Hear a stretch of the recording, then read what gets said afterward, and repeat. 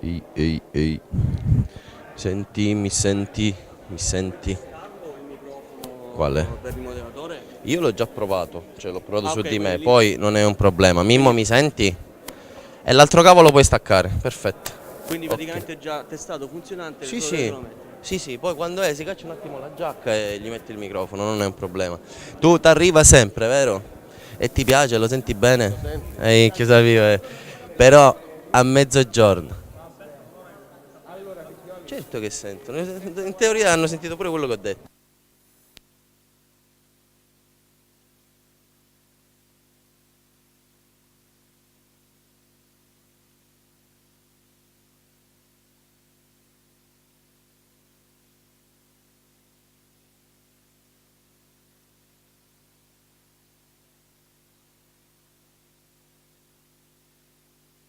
Sentite?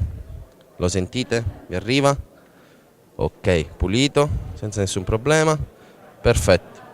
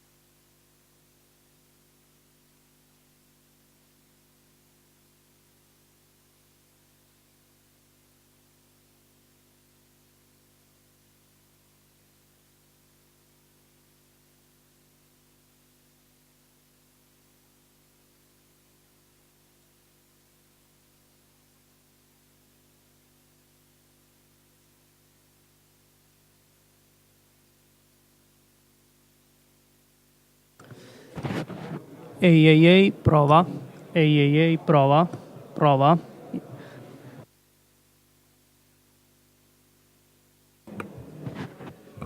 Prova.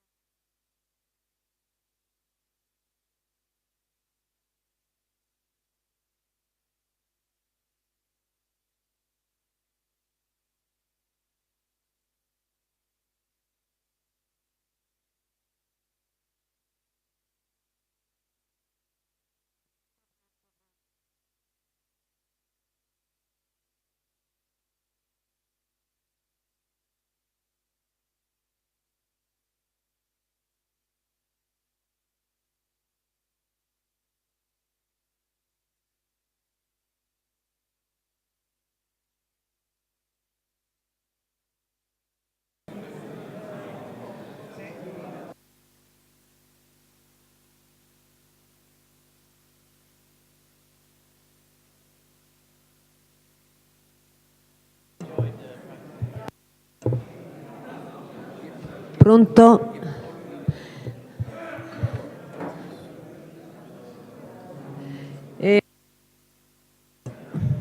Pronto? Vorrei invitarvi a prendere posto.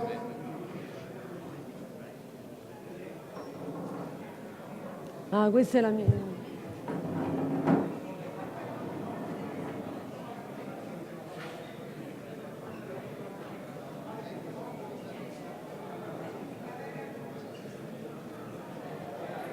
Mettiti vicino a me. Qua. Non hanno fatto la... Se lo leviamo di me.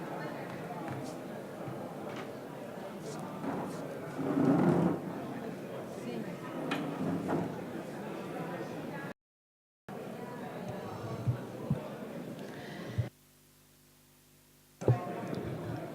Stiamo per iniziare.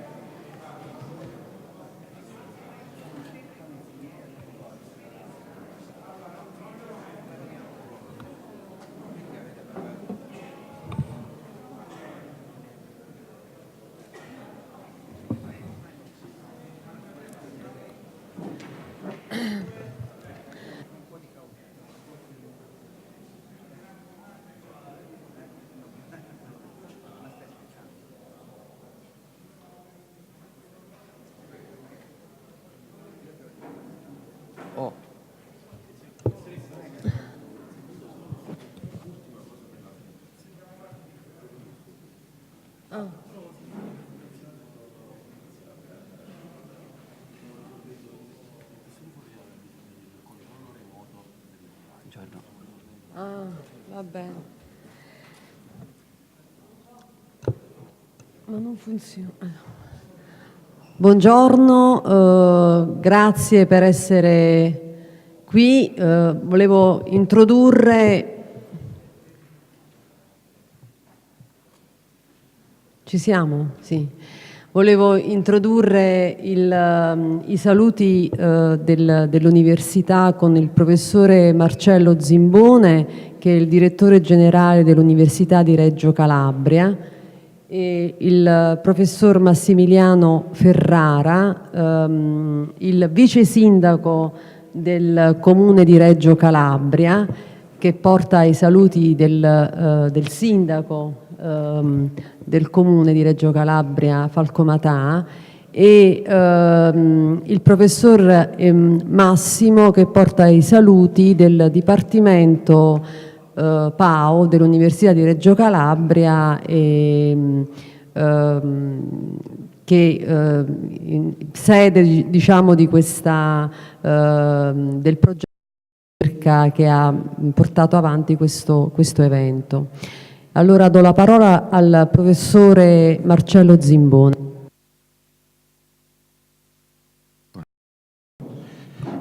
Grazie, buongiorno a tutti. Il mio è un compito molto breve, ma anche lo faccio con piacere. Il nostro rettore, che è appena partito per un impegno fuori, mi ha invitato a portare il suo saluto e quello dell'accademica. Mi è stato chiesto di parlare in italiano.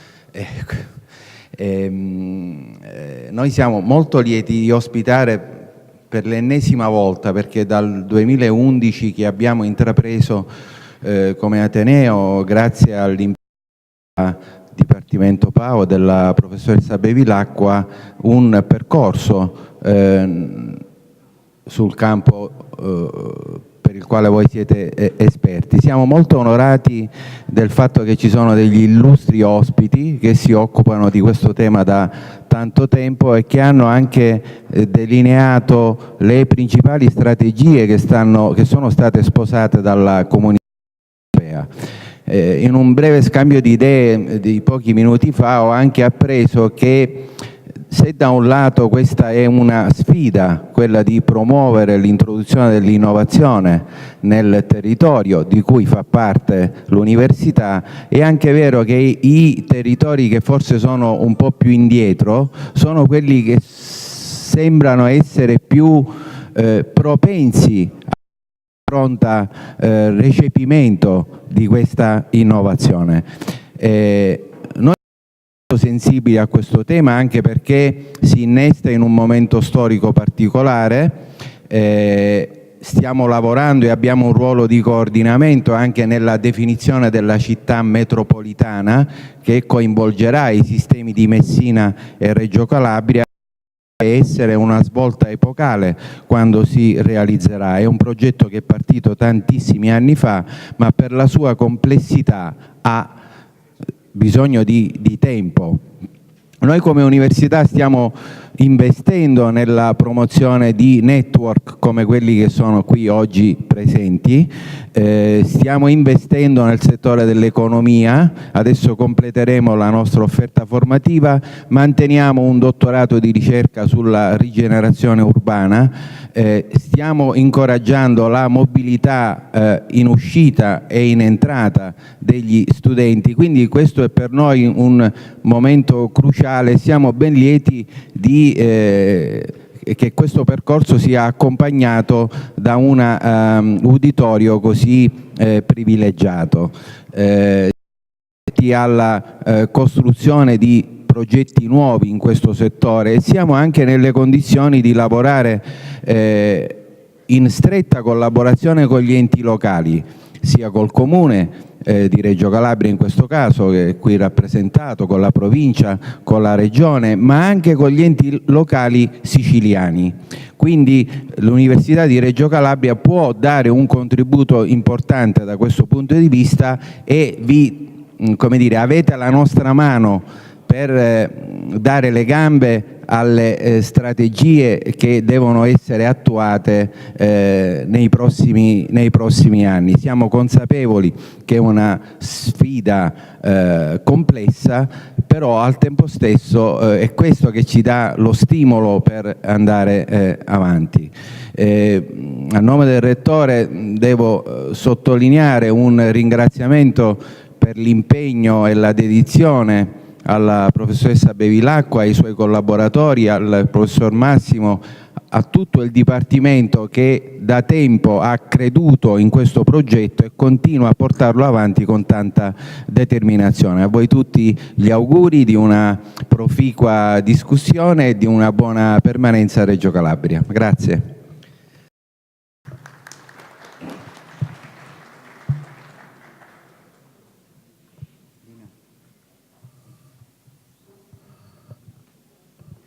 Do la parola al prorettore professor Massimiliano Ferrara. Buongiorno a tutti, benvenuti all'Università Mediterranea. Il nostro direttore generale ha introdotto i lavori che caratterizzeranno la giornata odierna. Il mio compito è di, unendomi a quanto già introdotto dal professore Zimbone, è quello di enfatizzare su un aspetto, il focus su un aspetto che ritengo assolutamente cruciale e che ha rappresentato il leitmotiv, lo start-up che ha portato il gruppo di lavoro coordinato da Lina Bevilacqua qualche anno addietro a creare le condizioni per la nascita del progetto CLUDS. Oggi di salutare il finanziamento e la realizzazione del progetto MULTIDISCIPLINARY, di cui sicuramente avremo modo di discutere durante la giornata di lavoro. L'obiettivo di fondo è quello che pone al centro l'università come centro propulsore, non solo da un punto di vista dello svolgimento dell'attività formativa. Nella relazione europea sui cluster si parla di double role of university dal punto di vista della ricerca e dell'education, ma anche appunto del ruolo fondamentale nella promozione di un'attività di ricerca tesa a formare delle persone che potenzialmente possono divenire stakeholder, portatori di interessi esterni all'università, ma che possono condividere in joint collaboration con l'università progetti di creazione, di innovazione nel territorio. Un'operazione che magari per altri paesi, di cui i nostri illustri ospiti sono rappresentanti, è un'operazione quasi automatica, ma che per l'Italia invece constituisce il risultato di un'operazione di trasmutazione genetica. L'università nei nostri territori purtroppo spesso non riesce a dialogare, a interconnettersi per trasferire il cutting edge knowledge, la conoscenza avanzata che si produce nelle nostre aule, in iniziative concrete. La sfida, soprattutto in territori come quelli in cui insiste l'Università Mediterranea, è quella di creare questi link con il territorio stesso, formare una classe dirigente capace di generare un reale trasferimento tecnologico, creare dei canali di trasmissione dell'innovazione non solo pensata, organizzata, ma anche concretamente trasferita sul territorio, e realizzare delle operazioni di nascita di start-up che magari alcune delle quali originano proprio sotto forma di spin-off all'interno delle aule universitarie. E questo poi in pillole quello che è l'obiettivo di fondo che caratterizza la Smart Specialization Strategy, quella di connettere sempre più gli attori, le 5 categorie di attori, di stakeholder che operano sul territorio, creare tra di loro quelle relazioni fondamentali che poi sono fondamentali per la nascita di un ecosistema. L'ecosistema è la conditio sine qua non per poter creare poi l'innovazione sul territorio. Perché il progetto MAPS-LAB in particolare, che si innerva magistralmente nel progetto CLUDS, ha questo compito fondamentale? Perché sublima l'azione iniziata con CLUDS, la completa, all'interno anche del PhD program, che rappresenta una peculiarizzazione del progetto CLUDS, in cui, grazie al lavoro enorme realizzato da Lina Bevilacqua, si è creata una piattaforma di relazioni internazionali che rappresentano il quid pluris di questa iniziativa. Avere a che fare con università della qualità della Northeastern, di Aalto, di San Diego, di Manchester, per noi non solo è un momento di crescita per i nostri professori, per tutta la comunità accademica, ma anche una possibilità di ritorno, di crescita per tutto il territorio.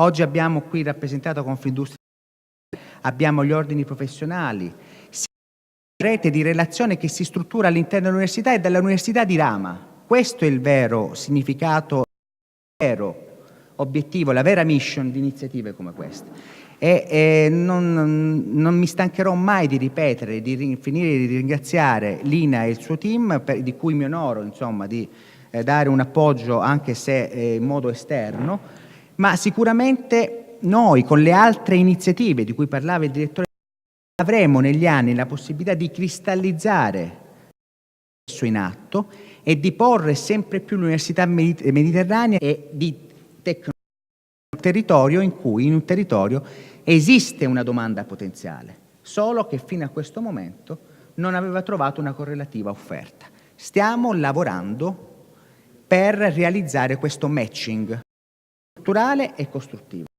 Grazie per la vostra presenza.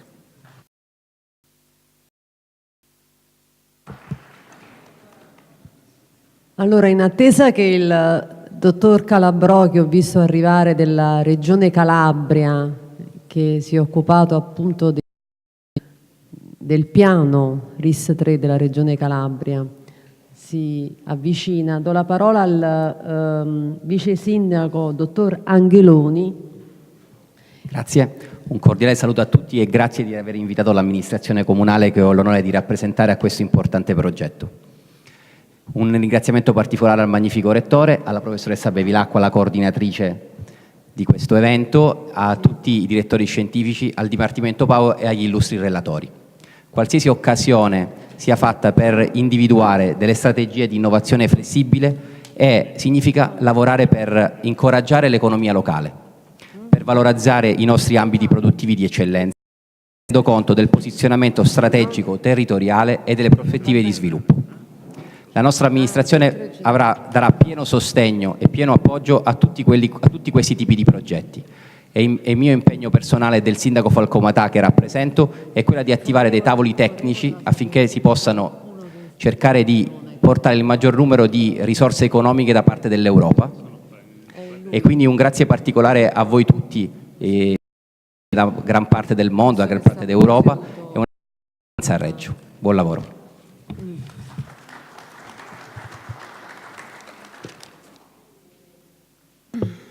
Chiedo scusa, la tecnologia. Do la parola al dottor Calabrò della Regione Calabria.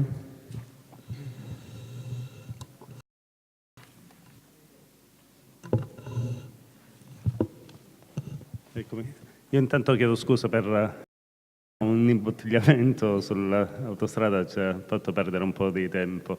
Io porto i saluti della Presidenza che ha stimolato della Regione Calabria la presenza del nostro Dipartimento Programmazione dei fondi comunitari e nazionali, con il dottor Varone che non può essere presente oggi, a questa riunione. È un importante impegno al quale non volevo, perché anche in questo periodo, in fase di negoziato con la Commissione per la programmazione il 14-2020, la S3 rappresenta il fulcro del programma e della nuova programmazione, quindi essere presenti nella frontiera delle attività della ricerca è per noi importante, perché oggi potremmo avere ancora qualche chiave di lettura nuova, perché ancora possiamo intervenire sulla S3 che è stata trasmessa dalla Regione Calabria insieme al programma, e insieme al programma è stata valutata. Anche sulla S3 avremo l'opportunità di migliorare alcuni elementi di contesto, poi ritroveranno applicazione pratica all'interno della programmazione regionale 2014-2020. Ci sono molti riferimenti contestuali, molte azioni che saranno direttamente legate alla S3. Nella sua evoluzione abbiamo in qualche punto scritto, perché la S3 non l'abbiamo pensata, non la vogliamo statica, ma dinamica, e che percorra e segua le evoluzioni tecnologiche nel tempo. Nel pomeriggio o più tardi qualche indicazione maggiore su quello che, non so come saranno poi organizzati i lavori, su quello che, sì, in maniera dinamica, su quello che abbiamo pensato per la S3, seguendo anche metodologiche che oggi sono rappresentanti, mi sembra, al massimo livello. Quindi ringrazio la professoressa Carmelina Acqua per essersi ricordate di noi, e seguiremo i lavori con molta attenzione. Grazie.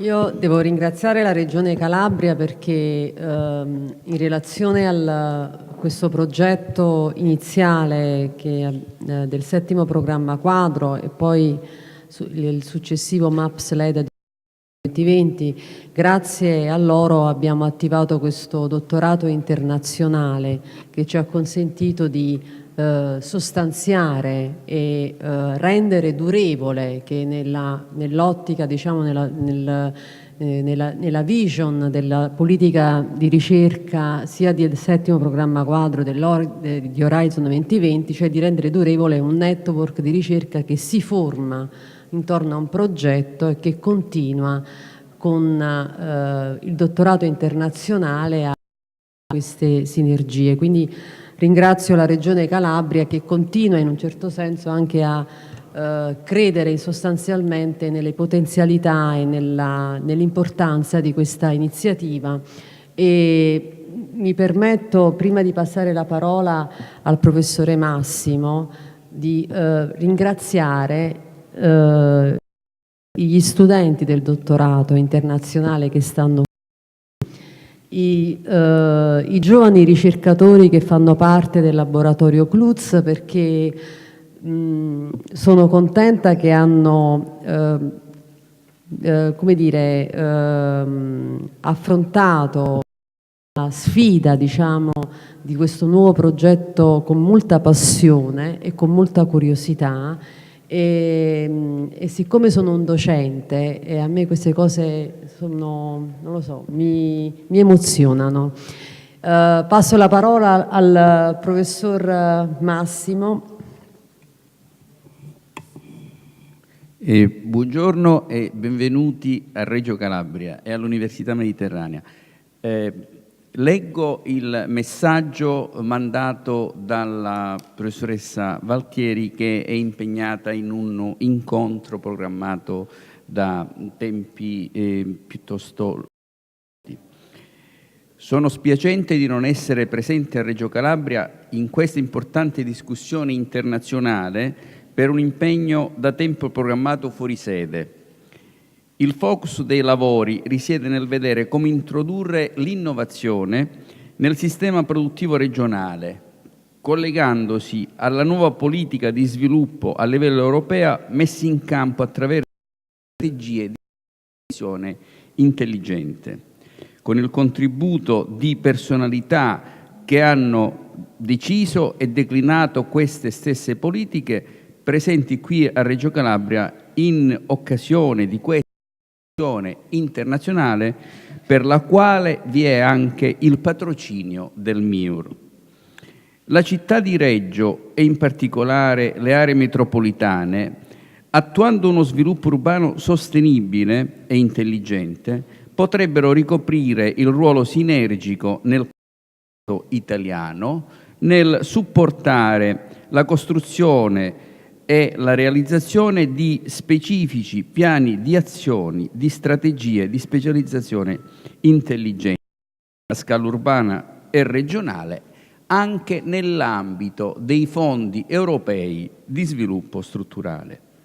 Ma per ottenere una ripresa economica in questa situazione di stagnazione si rende necessario delineare il livello di rilevanza e coerenza delle azioni selezionate da ogni regione d'Europa, in modo che la competitività non venga più misurata solo in termini di politica meramente industriale, come effetti di politica più ampia che comprenda la ricerca e l'innovazione. Il rapporto tra il modello della nuova politica europea della strategia di specializzazione intelligente disegnata per promuovere l'uso efficiente dei investimenti pubblici nella ricerca e quello dei cluster statunitensi è oggetto del specifico progetto di ricerca MULTIDISCIPLINARY, coordinato dalla professoressa Bevilacqua con numerosi e prestigiosi partner internazionali oggi qui presente, che ha ottenuto il riconoscimento nell'ambito del più vasto programma per la ricerca europeo Horizon 2020. Saluto tutti i convenuti e formulo un augurio a Carmelina Bevilacqua, a cui va il ringraziamento particolare per queste e per le altre iniziative a livello internazionale che onorano il Dipartimento e tutta l'Università, per un proficuo svolgimento dei lavori su un tema estremamente importante, collegato alle tematiche affrontate dal laboratorio CLUDS, diretto dalla stessa professoressa Bevilacqua, che rappresenta un alto potenziale applicativo e implementativo nell'ambito delle politiche di sviluppo sostenibile. Buon lavoro e buona permanenza in Reggio Calabria.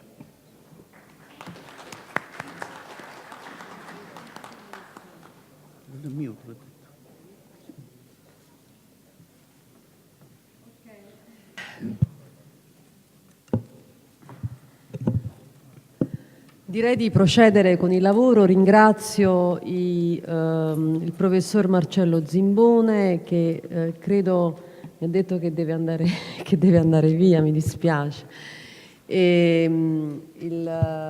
Ma Tommaso Calabrò rimane qui? Sì, insieme al professor Mimmo Massimo, e spero anche il vice sindaco si può trattenere per creare questa atmosfera di dibattito. Volevo, prima di introdurre i lavori, una breve introduzione brevissima per non togliere appunto tempo ai panel successivi. Il progetto MAPS evento in un certo senso è di apertura alle attività di ricerca di questo progetto vinto nell'ambito di Horizon 2020 su una particolare azione che potenzia e consolida network di ricerca sulla base di ricerca che siano come dire,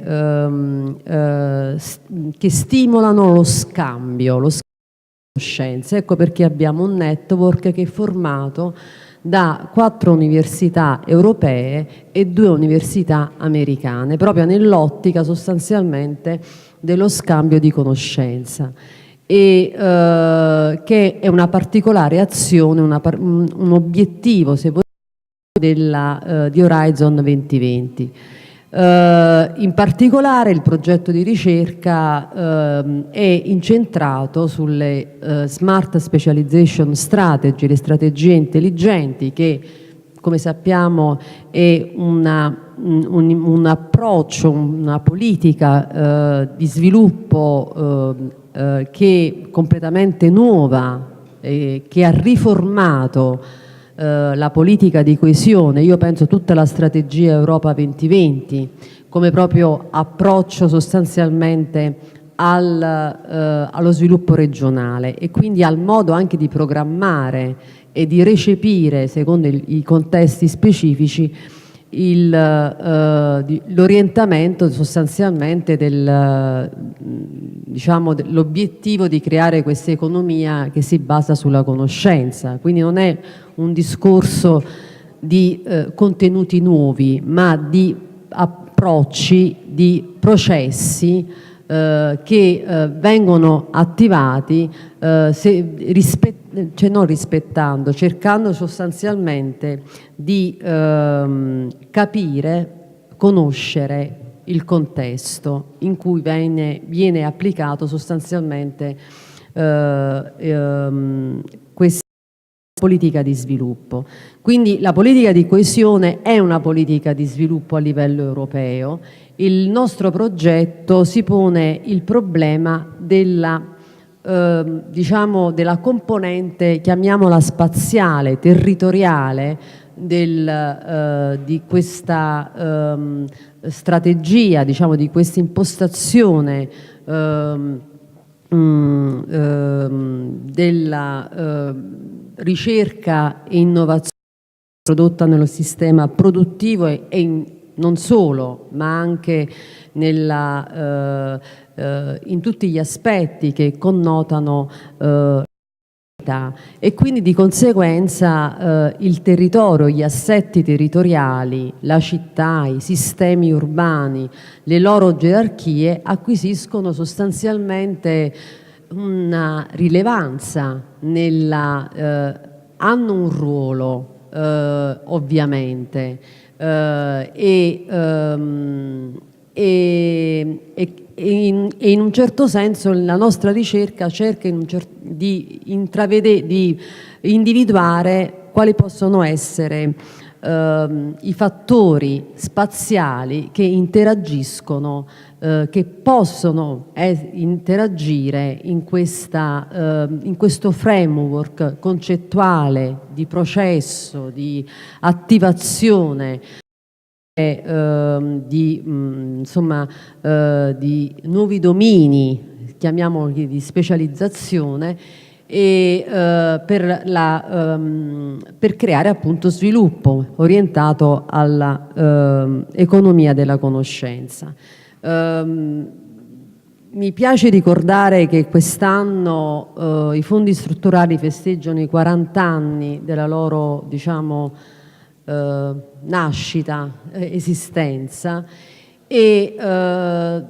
e anche l'impostazione sostanzialmente che il laboratorio CLUDS, grazie a questi progetti e al network di queste università americane e europee, il laboratorio CLUDS dell'Università di Reggio Calabria ha come impostazione generale nell'affrontare appunto queste tematiche, che sono una connessione tra lo spazio e l'economia, diciamo, e lo sviluppo economico, come impostazione cercare di creare una convergenza tra la politica europea della ricerca e la politica di coesione, che sembrano due driver che spesso, che nei contenuti dei documenti hanno, diciamo, intenzioni di incontrarsi, ma nella pratica spesso chi si occupa di progetti di ricerca nell'ambito, diciamo, dei vari programmi quadro non sa che cos'è la politica di coesione, come funziona la politica di coesione, quali sono, come poter trasferire sostanzialmente i risultati attivati dai programmi di ricerca in input o sinergie sostanzialmente con chi gestisce e definisce la politica regionale e quindi trasla la politica di coesione a livello regionale.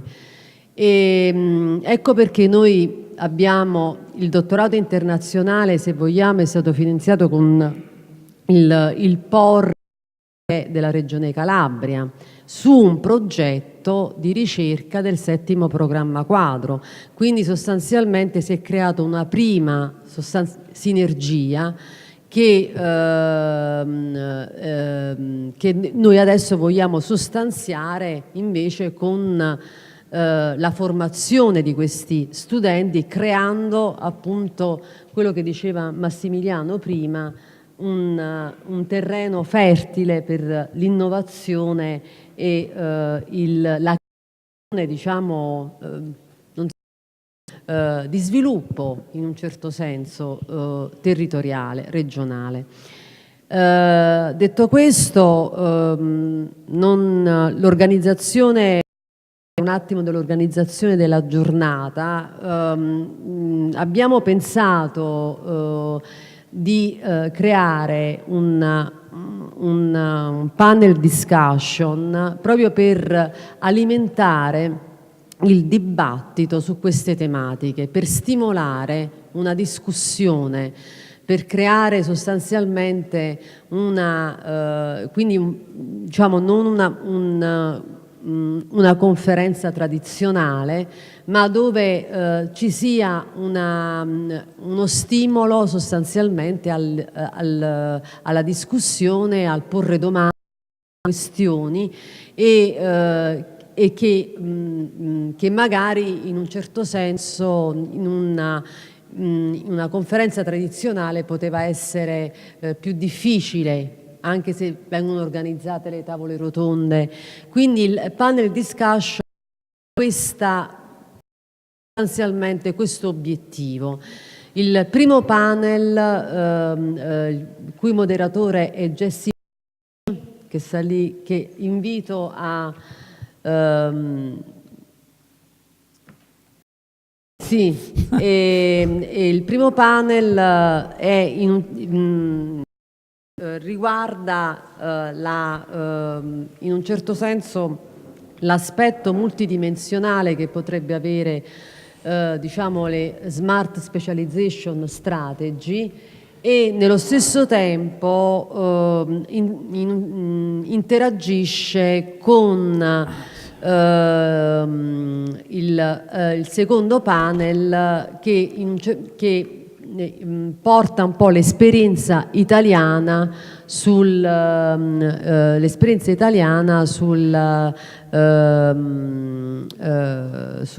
redazione dei piani regionali relativi alle Smart Specialization, le cosiddette RIS 3, e con un aspetto, con un approfondimento sostanzialmente sugli assetti infrastrutturali che questi piani in un certo senso possono definire o essere supportati da assetti infrastrutturali.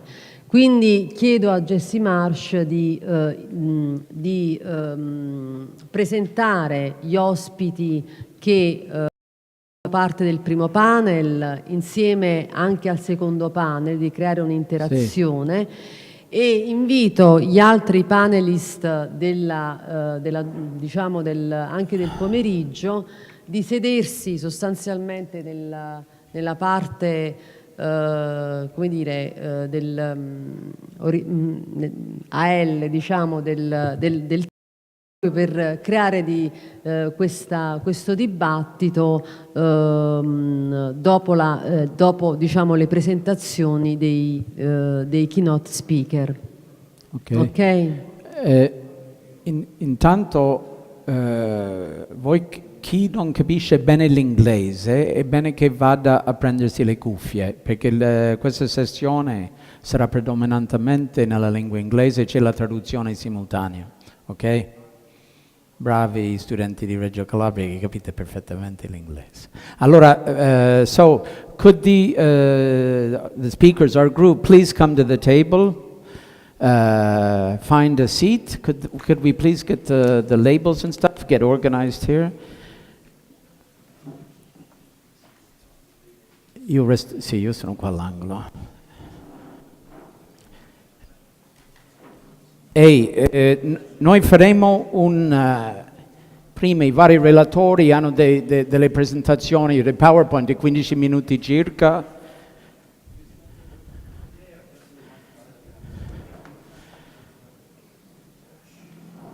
E questo occuperà più o meno il tempo che era originariamente previsto per la prima parte di questo dibattito, e poi la seconda parte sarà tutto dedicato alle domande, dibattito, prego. Esatto, bravi.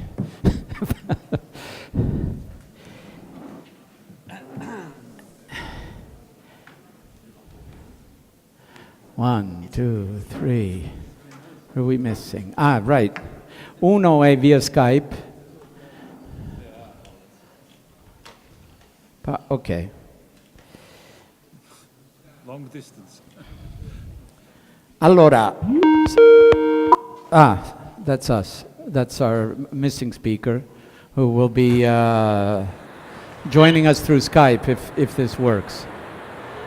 We miss it. Yes, good morning. Okay. Jan, can you mute your microphone, please? Yes, I do use. Can you hear me now? Yes, we can hear you now. Very good. Eagles at Martelli. And there's no return. Can you hear me? Yes, we can. I can hear you fine. Everybody can hear you. Maybe not. You can't hear me saying I can hear you.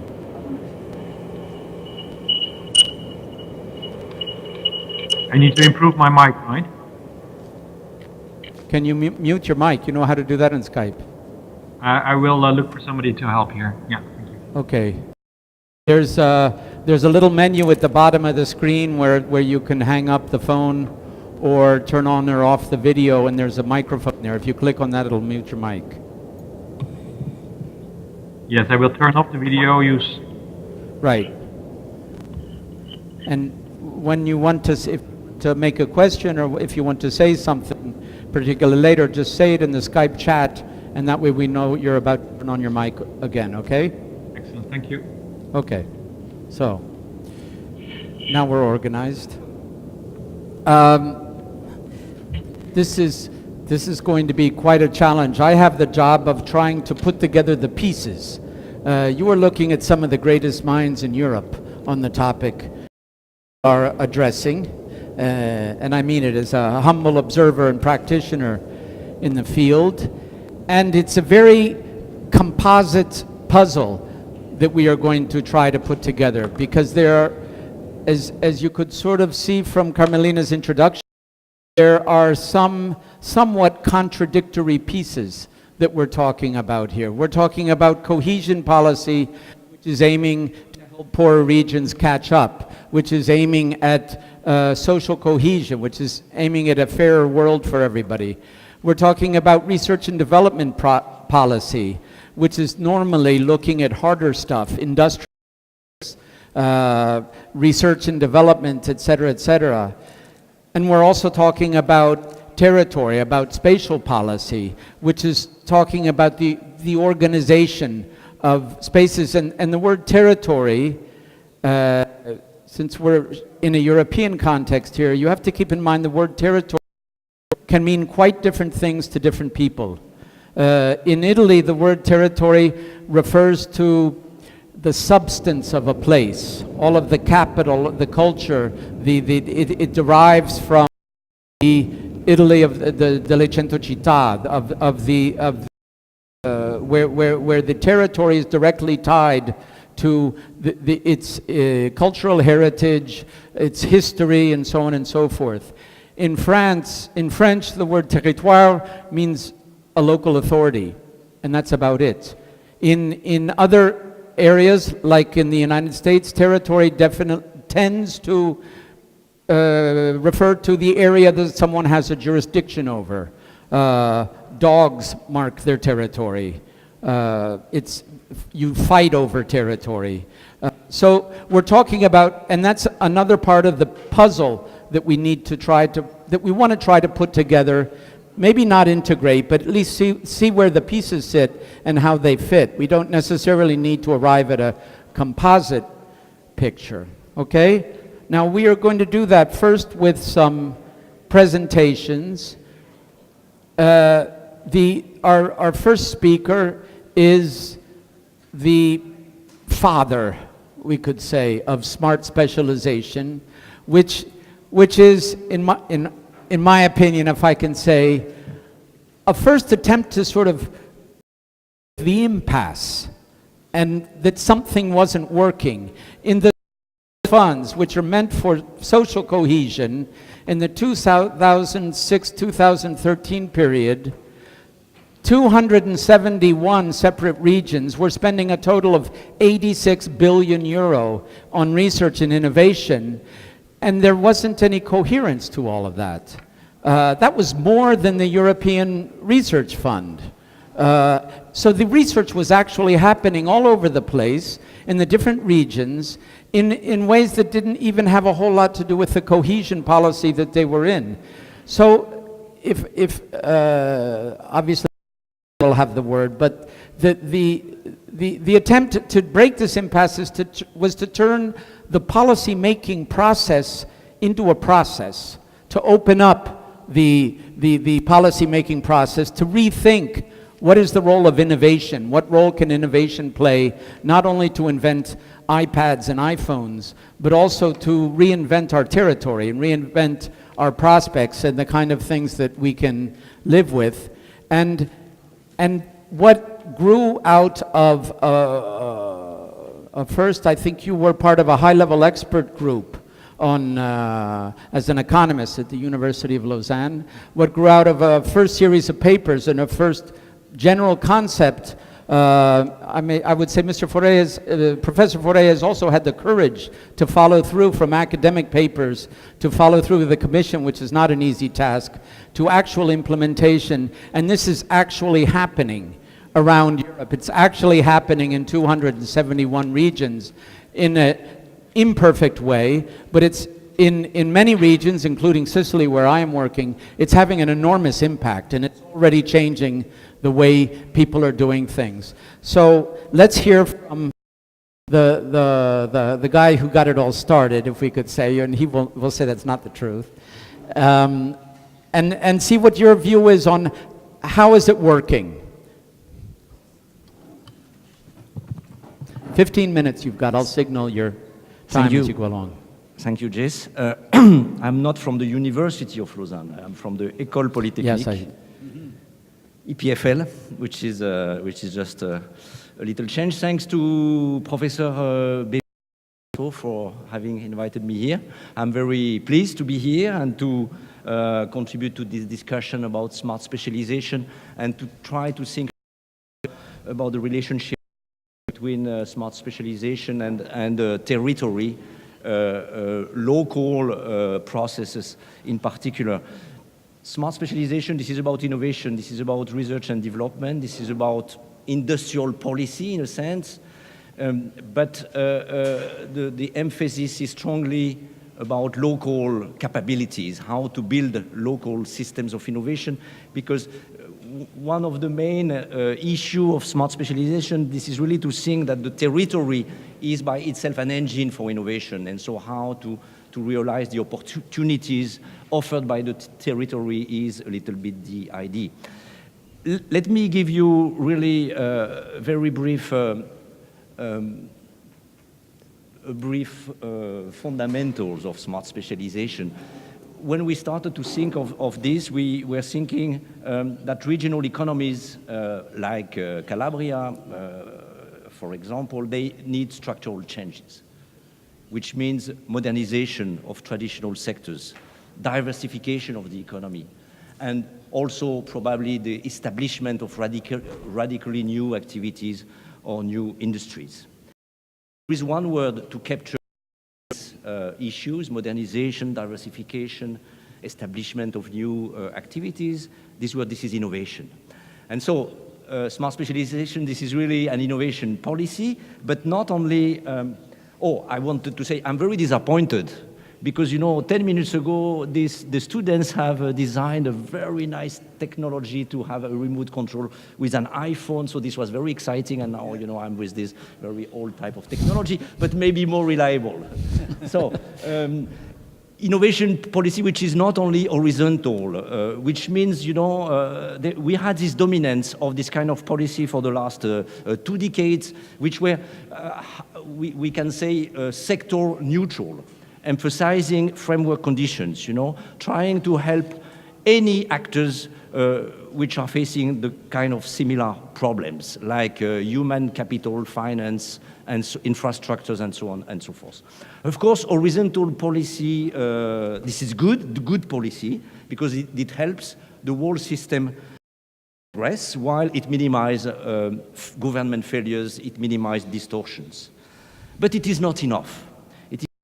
In particular for less developed regions and for transition regions in Europe, we really observe that horizontal policy, so this kind of transversal actions to improve general conditions, they did not succeed in allowing these regions to reduce the knowledge gap, the knowledge difference between the top regions and the less advanced region.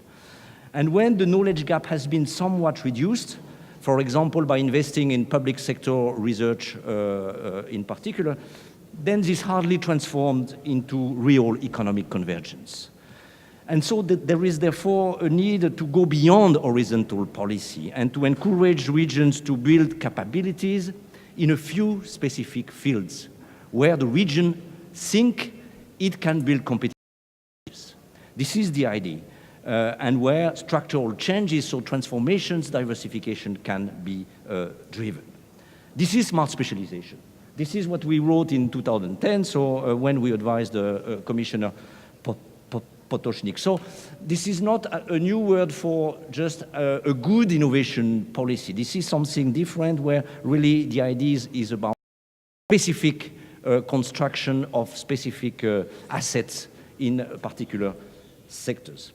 Let me give you a graphical representation of that. Here we have this kind of horizontal policy. You see country regions have improved somewhat the knowledge infrastructure with horizontal instruments like incubators, like PhD programs, all these things that can improve the whole system. But so it worked in a certain way, but it did not translate into economic progress, and so we did not really get the famous spillovers, and there is no such thing that a quasi-magical effect of knowledge, notably in the form of spillovers, and this means that we need different things. And for example, I just talked with the president of this university. It has been observed in many cases that in many regions, regions are investing in PhD programs, to have strong engineers. But then they don't stay in the region. They go elsewhere, you know, and we call that the Midwest syndrome, because in the US it has been the same in Texas and the of, you know, states. In the middle of the US, they are investing a lot in terms of PhD programs, but then the people are go elsewhere. They go on the east or on the west, in the region. And so in a sense, you know, it's not a loss of money, but actually the investments which have been made don't realize in terms of spillovers for the regional economic growth. So we need something different on the top of these horizontal. And here we are. This is 3 examples of smart specialization. The first one from Galicia in Spain. This is the development of biotech in fisheries.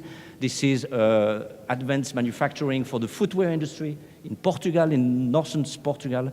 And the final one is animal genetics for the breeding sector in Limousin, France. What do we have here? We have, in a sense, domains, new fields which are opened and explored through the connection and integration different types of actors and different types of knowledge.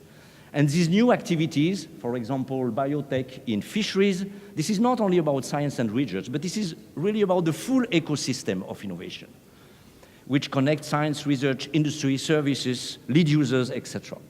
And in all these examples here, research and innovation activities which are complementing existing structures and assets in order to open and explore new opportunities. So we don't build cathedral in the desert here, like we have seen in the past. We really have this kind of knowledge-driven activities which are embedded in and complementing with the existing structures in order to transform these structures, to modernize fisheries, to drive a transition in the footwear industry, etc.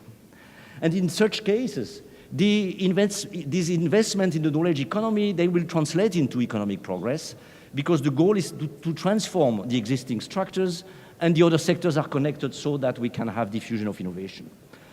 And so the goal of the policy here is really to concentrate, support the formation of local ecosystem, and provide the complementary resources that are specific to emerging. And I think that the very notion of innovation ecosystem needs to be specific, because different activities are different things. If we think of biotech in fisheries, if you know, we are in Galicia and we want to develop biotech applications to modernize fisheries, and to succeed in developing the application, to succeed in translating these applications into tools for fisheries, in making these tools adopted by the companies, we require a very specific ecosystem, which is very different from the one for advancing manufacturing technologies in the footwear industry. And so the local ecosystem is local in 2 senses, local in terms of the region and local in terms of specific capabilities for a specific activity. And so the policy here is not horizontal as the policy before, or sector neutral. It has to deal with the specificities and the complexity of each activity, and the government commitment is necessary to allow these new activities to emerge and grow.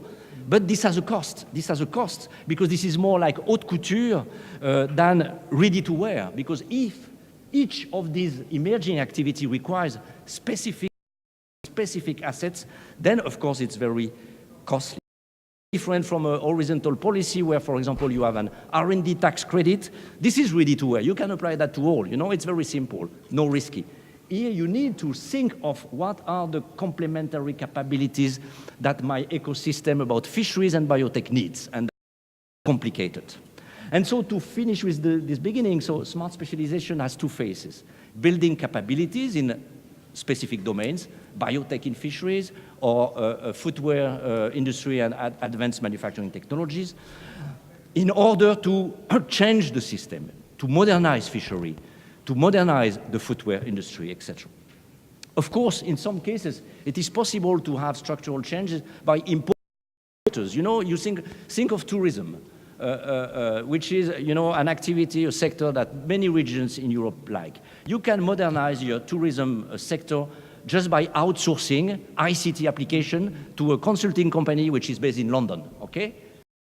Fine, this might be a good sectoral policy, but this is not smart specialization. Because smart specialization, we are thinking about the value of building local capabilities to make this transformation. And so smart specialization is sometimes called a place-based policy approach, and I think it is good because it means that we think there is a value in building these local capabilities. In Galicia, we want modernizing fisheries with biotech application which will be developed in Vigo, on the campus of the University of Vigo. This is the idea, and this will form a full ecosystem. I think very important because we believe that this is really the engine of innovation in a region, this co-location of research, companies, labor forces, etc. Of course, it doesn't mean that the region should be closed. I mean, smart specialization is open and always needs extra-regional resources, extra-regional knowledge that has to be mobilized towards different kind of mechanism. But of course, this building of local capabilities is really key. 5 minutes, thank you, Jesus. The problem is that the regional government cannot address all problems, all emerging activities. We need to choose. And this is the key issue of smart specialization. We are doomed to choose. This is not because it is desirable to make choices between different kinds of activities. This is just inevitable. And then, of course, when a policy starts to choose, which is different from an horizontal policy where you apply your solution to everyone. If you have to choose, do I want biotech in fisheries to be supported, or do I want ICT in tourism? Do I prefer agro-food, modernization, etc.? When you do that, you can make mistakes. First mistake, the governments think he knows everything. The omniscient planner, and he has this ex-ante knowledge about what to do. And think he doesn't need any information from the grassroots. This is the first mistake, and the temptation is big to buy consulting companies' services, which will produce a nice report in color with a lot of figures, a lot of graphs about the strengths, the weakness of a region, and then the government will decide what to do. And I think it is the wrong way. So this is the first mistake. Second mistake is to make choices at sectoral level. To say, okay, my smart specialization, this is tourism. This is not the good way. Because for an innovation policy, tourism doesn't mean anything. So the choice has to be made at a finer grained level. For example, I want to support the activity of developing ICT for tourism. This is different of supporting just tourism. So this is the second mistake. And the third mistake, which is absolutely key, this is to think that the choice I'm making now, this is forever. Like with Ricardo, the economists know Ricardo, you know, Portugal will make wine and UK textile forever. This is not the idea. The idea is to change during the phase of the program. New priorities will come because new opportunities will emerge, etc. And so to avoid such mistakes, we need a lot of a few design principles. I will be very short. Entrepreneurial discovery, this is the firm. This is the first principle, which means the government does not know ex ante what to do. They have not innate wisdom after, even if they have made a lot of statistical representations of the regional economy, etc. And so they have to rely on the discovery process to give the words, the voice to companies, local universities, lead users. They all can say about, okay, this is the domain where we have the capacity to competitive advantage. The information has to come from the grassroots, and then the government will choose what kind of activities I want to support specifically according to a couple of criteria which are here. So this, it's very difficult for a government, even regional government, to say, okay, I have not the knowledge. I have not the perfect knowledge. I need to listen and to interact with companies, with local universities. Local universities have a great role in entrepreneurial discovery. In many regions where companies are somewhat, the local university has really a role to help to structure this entrepreneurial discovery project. Then, as I said, no standardization. So the problem is not to say, okay, you know, I have a lot of examples in France, the Région Centre, Château de la Loire, you know. They say, okay, tourism, this is, I say, no, it's not. It's not a smart specialization. But maybe you can improve your tourism efficiency with ICT application development in your region. That might be a smart specialization. And finally, so this is a flexible, we talked of this, flexibility. This is a flexible strategy, which means that you have not to take your choices forever, and you will change. I mean, in the course of the process, it will be changed, it will be evolved, because new will come, and you will have to support them. To summarize, I'm almost finished. This is about putting in place a process which will allow to identify future domains of competitive advantages with this idea of entrepreneurial discovery, to concentrate resources on a few domains, fisheries and biotech, manufacturing technologies and footwear industry, breedings and genetic animals, etc., concentrating resources on that, helping these domains to grow, measuring progress, and restart the process, reset the process at any time. This is very important. So, because maybe in 2 years, new ideas, new discoveries will have to support them. Let me give you a little example how it happens concretely. This is Portugal, northern Portugal, one of the 3 examples. So, and this has been a response to the competitive shock in the footwear industry, which has been produced by the Chinese companies, etc.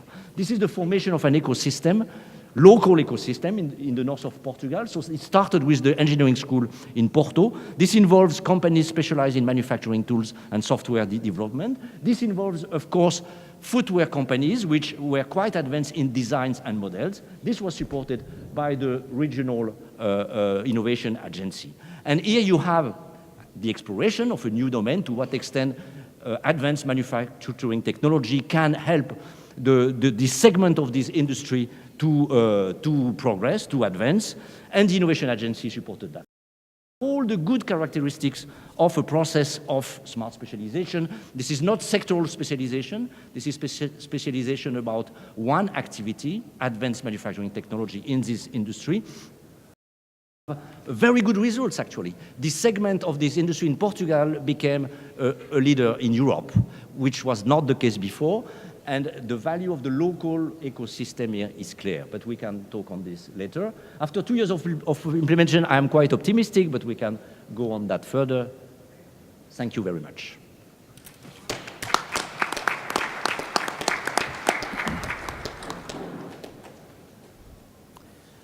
Thank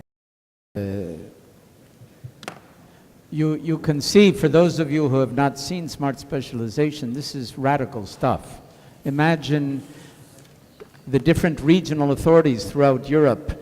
I think what is going on now is one of the biggest policy experimentations to happen in Europe, enormous scale, and it's actually happening in a certain sense very fast, because the Commission actually had the courage to do this, or to at least try, and time is short, so it's which is sometimes a good thing, because some people are making mistakes. It's being sloppy around the edges.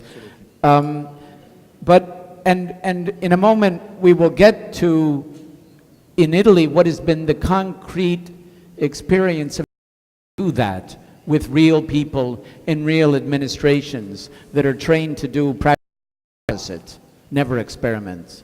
Let's try and get a deeper understanding, because what you have just seen touches on and brings together, as I was saying before, different aspects of regional policy planning are thought to be at war with each other. The territorial dimension is there. The economic development cluster dimension is there.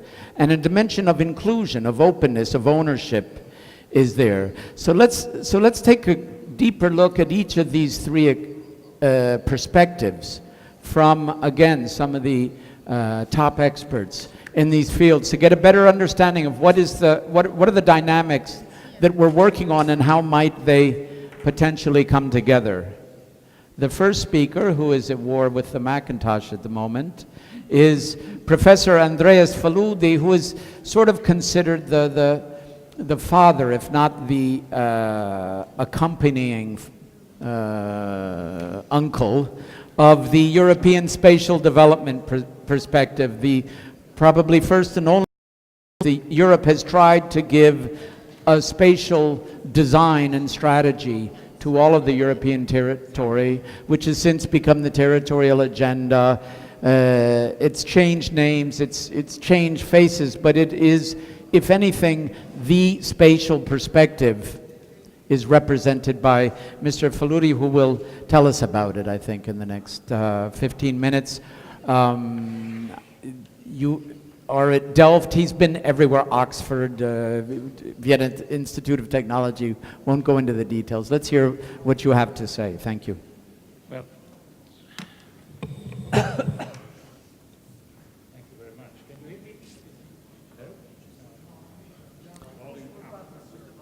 no, the button to the left, I think you have to push it. 1, 2. Yes. Okay. Well, I am totally dependent on the screen, and you are totally dependent on the screen. So I have a real problem. I can't even read it myself. My presentations are always interactive. Yes, I interact with the screen. So I will try and make the best of it. Thank you very much. Yeah? If you can't read it, I can at least read it here from the iPad. I'm going to talk about smart specialization strategies in relationship to territoriality, taking up a point that has been emphasized already in the program, that S3 strategy is necessarily place-based. And I'm going to look at this concept of place. But first of all, yes, I was introduced as a European. It means I was born in Hungary. I spent there the first 6 years. If I moved on to Austria, I grew up there speaking German and have an Austrian PhD. I then moved to the UK, and that's why I acquired my hopefully accent. And then I went to the Netherlands, and I'm now a Dutch citizen. And from there, I watch what European spatial planning. I wrote a book on the European spatial development perspective together with a colleague, and this is supposed to be the cover of the book there. It's called The Making of the European Spatial Development. By the way, I advertise myself on the screen as a renegade spatial planner. I mean, I come from spatial planning. A spatial planner usually works for, on behalf of, or is commissioned by an authority. Spatial planning, because it uses instruments of land use, public investment, it's inherent to what authorities do on whatever level, including actually in the end, spatial planning relates to the jurisdiction of the state. That's where the territory or territoriality comes in my presentation. I'm a renegade because I'm criticizing authorities, I'm criticizing jurisdictions. This has everything to do with what I wrote 5 years ago on the continuation of the ESDP process. It's called Cohesion, Coherence, Cooperation, European Spatial Planning in the Making, and it's about spatial planning, European spatial relationship to cohesion.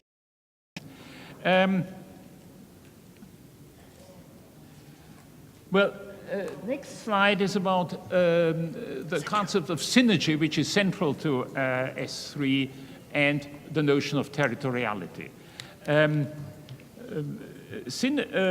S3 has a number of features which I'm sort of kind of aware of, but it's not my main subject. It's supposed to be integrated. It's supposed to emphasize the we heard that already of a territory, but it's hard to translate into spatially oriented development policies. That's a difficult point there, because, and why? Well, that's what I think I give up on that. I give up on that, yes? I mean, it's just illegible. Yeah? Why is it hard to relate to space? Because space is dominated by authorities. I read something by a specialist on innovation policy, and she says there's a danger of myopic approaches confined to regional boundaries. That's the key point, confined to regional, overlooking potential cross-border synergies. I suppose, I think that this is a major issue in S3, in innovation policy, and that takes me now to territoriality. I will first of all explain briefly the concept of territoriality. Secondly, I will, in the view of this, revisit the story of EU cohesion policy. And then I'm going to discuss territoriality in relationship to democracy, because the major strong point of territoriality is that it is based on representative democracy. And so what I put to you is that if you want to pursue a place-based approach, if you really want to do that, you are beginning to question, and Barker has started to question, representative democracy in the way in which you organize it. So that's potential dynamite. And I've come to some conclusions. Territoriality. There is a definition of territoriality which in the geographic literature is very common by an American, Robert Sack. It is the attempt to affect or control people, phenomena, and relationships by delimiting and asserting control over a geographic area. And this is basic, it's absolutely fundamental to the concept of the state. Ever since France has developed its own territory, the French kings have developed their own territory. The French kings were the first to map the territory. They were actually making use of an Italian cartographer family, a father and son, Cassini, to map the French territory, which was absolutely revolutionary. In the meantime, this is self-evident. And we have an image of the European Union now as a mosaic of 28 member states, almost contiguous. I mean, there's the whole of Switzerland in the middle, and so there are some odd places, but it's a territory of territories, of jurisdictions. Now, I call this absolutistic territorialism. Why absolutistic? Because the of the state are absolute. Realize that.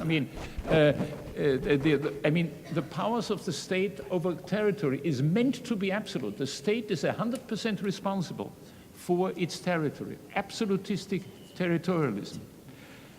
Smart specialization strategy and many other strategies are actually tending to reconstruct territories, create new territories, or create new spaces. And thereby they undermine the question of territoriality. I don't know what we can do with that. Yes, I'm not sure whether you can even see it, yes? I'm sorry about that, but that's not what I can do.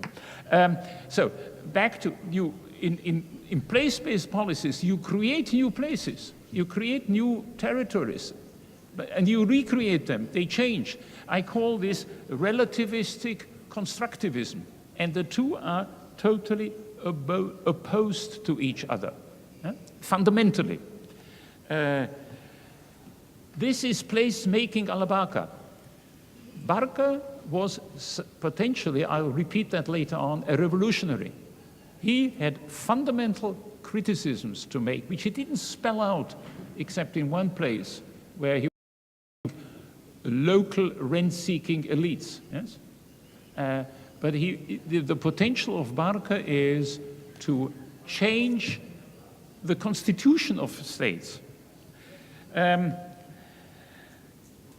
Well, from this point of view, I'm now revisiting EU cohesion policy. EU cohesion policy started out by supporting the least favored regions and supporting it from the center. And the European Commission was trying to establish relationships with those regions in particular, the potential beneficiaries of its policies. And from the beginning, there was a conflict here between who is going to be in control, the European Commission or the member states. And the whole story of cohesion policy is one of the conflict between the European Commission and the member states. Nowadays, cohesion policy, under the influence of ideas like smart specialization, is different. McCann, who has been a close advisor to Commissioner Johannes Hahn, says that it is dealing with a wide range of different issues and also operating at different spatial scales, from very local and nationwide to cross-border spatial scales. And the European Commission, you will always find the European Commission trying to promote cross-border spatial. Why? Because it's a weight to the nation states.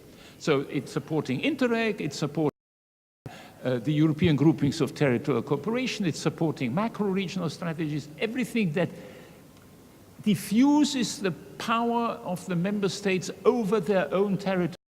This is a conflict, perennial conflict between territoriality, what I noted there. Now I'm coming to the part about democracy. This is a major problem. It's a major problem which I'm not qualified to really tackle because who am I? I come from planning, spatial planning. But the point is, all elections are territorial. Our whole system of articulating the will of the people is territorial. So therefore, the interest of citizens, whether local, regional, national, comes first. The interest of constituencies outside are not represented in the process, albeit not directly and very weakly indirectly. Now, there are discussions about alternative models. People are talking about polyarchy, and I'm here quoting from authors that I have studied, or about experimentalism of how to change this whole process, but there is no definite conclusion. And each and every time that there's a conflict, of which there are many, of course, between, for instance, the EU and the European Parliament on the one hand, and the member states on the other, the member states prevail. Why? Because they say they have democratic legitimacy. And their own constituencies support them in this, yes? And the more we get to this situation, and not only because of the euro crisis, but crisis situation because of potential Brexit and because populist movements, actually populist movements in the various member states are an expression of this. So somehow or other, we must move beyond territorial representation, but we don't know how. We must somehow or other create a system, a democratic system, which reflects this idea of relativist constructivism. And I think this is the true Barker. Barker articulated this once again weakly. He's not a constitutional theorist either, but in challenging local rent-seeking elites, and at various other places. Now, where does this leave states and where does this leave Europe? Early on, if we had the proper presentation, I would have shown you Europe as a collection of member states, as this mosaic. I think we need to rethink this concept alongside with the concept of state. And I have two wild ideas in this respect, being a spatial planner. One is to visualize states, a collection of states like the EU as an archipelago. An archipelago of islands. Yes, of course, there are states, there are islands, but they're embedded in a sea of relations. I mean, maybe we can try the last slide. Yes, maybe we can see that. The very last, okay, I can do that myself, I think.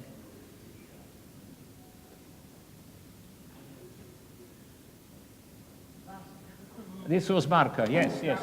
Okay.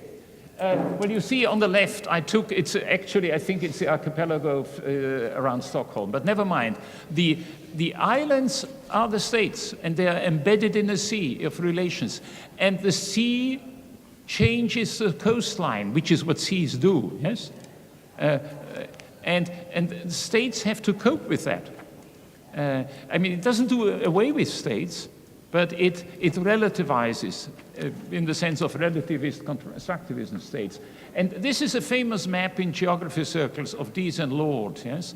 And it shows superimposed the various cooperation areas in Europe. And it reminds me of an archipelago. This is the second and last metaphor that I have for the EU. The EU is a cloud. These are, if you could see them, these are the various formations of the EU, of which there are many. I mean, there's first of all the Council of Europe enveloping the EU and the Russian Federation. Under the definition of the Council of Europe, Europe is a next-door neighbor of the United States, waving to Alaska across the Bering Strait. That's one configuration. Then there's, of course, the EU proper, but then there's the Schengen area, which is larger and smaller than the EU. There's the Eurozone, which is larger and which is smaller than the... Actually, it's also larger because Montenegro is using the euro. Yeah? And then there's the European Economic Area, and then there's Switzerland, which has 41 treaties with the EU. And then there's the Vatican, which is allowed to coin euro coins under a separate treaty. So the actual EU is a cloud, which I think is a fitting metaphor for the present day and age. Thank you very much. This is what I have to contribute to this, and I don't know exactly how it would impact smart specialization strategies, but I'm sure it has a message in there. I'm sure that you, as the people involved in implementing smart specialization strategies, are coming up against the territoriality of member regions and of municipalities, and you share the problems which also some spatial planners share when they are doing the actual work. They are in the same dilemma. They recognize spatial interaction, crossing borders, but they are not able to adequately cope with it because they are up against territoriality. Thank you very much. Thank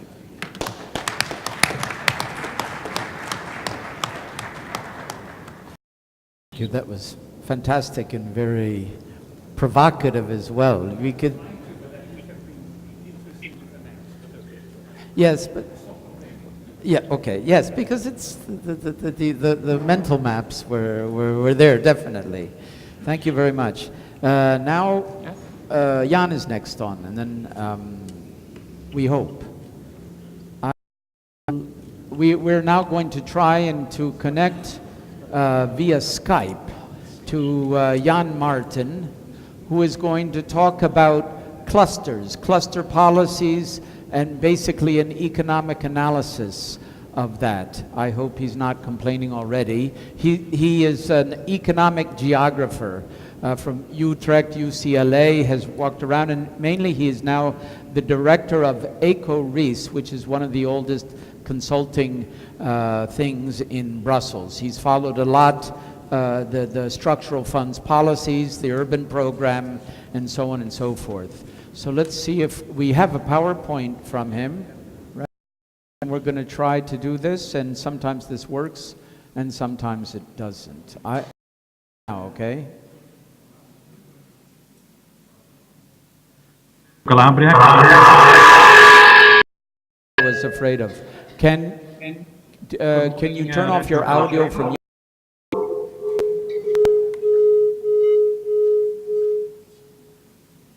Or put on headphones. Good morning, Reggio Calabria. Good morning. Taglio qua.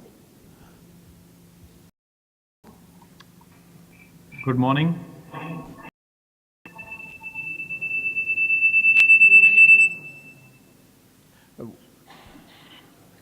We'll switch to chat. We're getting a return.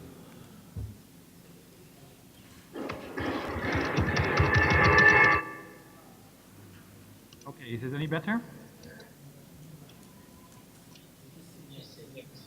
Yes. Yes.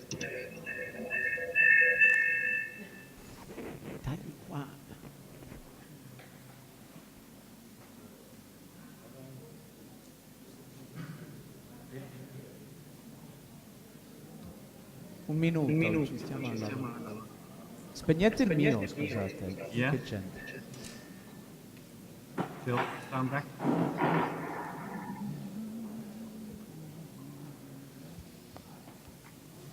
This is a video. Telephone. I think it's Skype without video. Okay. I think video is too Complicated. ambitious. Too much bandwidth. It's the interaction with other microphones and the feedback. I will get a coffee. Do you want a coffee? Okay, I try again. Good morning, Radio Calabria. Can you hear me?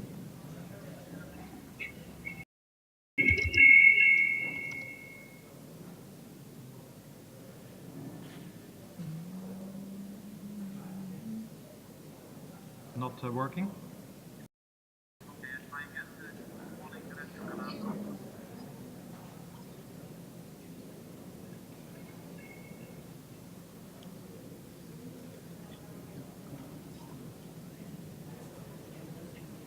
I will try one more.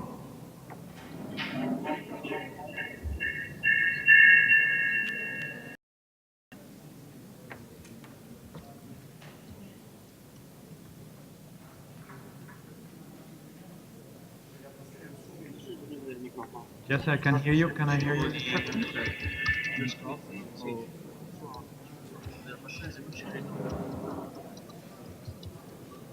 I will keep trying. I will try that.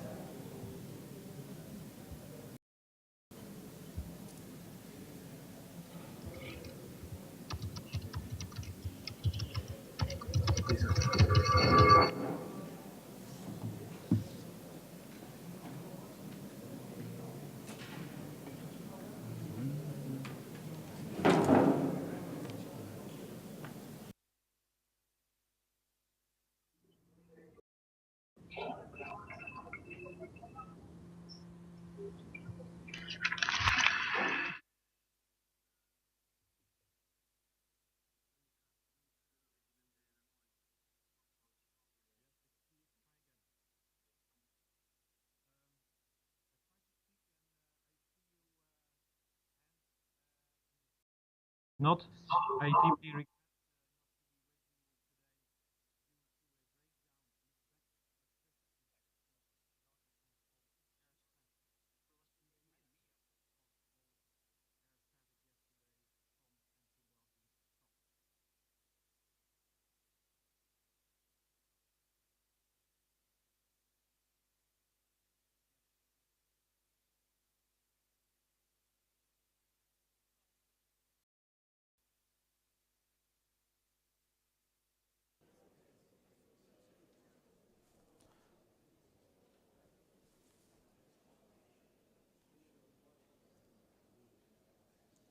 Social innovation, but there's a growing movement in terms of social responsibility and yeah, the yeah, notion yeah. Of sharing value. Yeah, yeah. You know, that historically.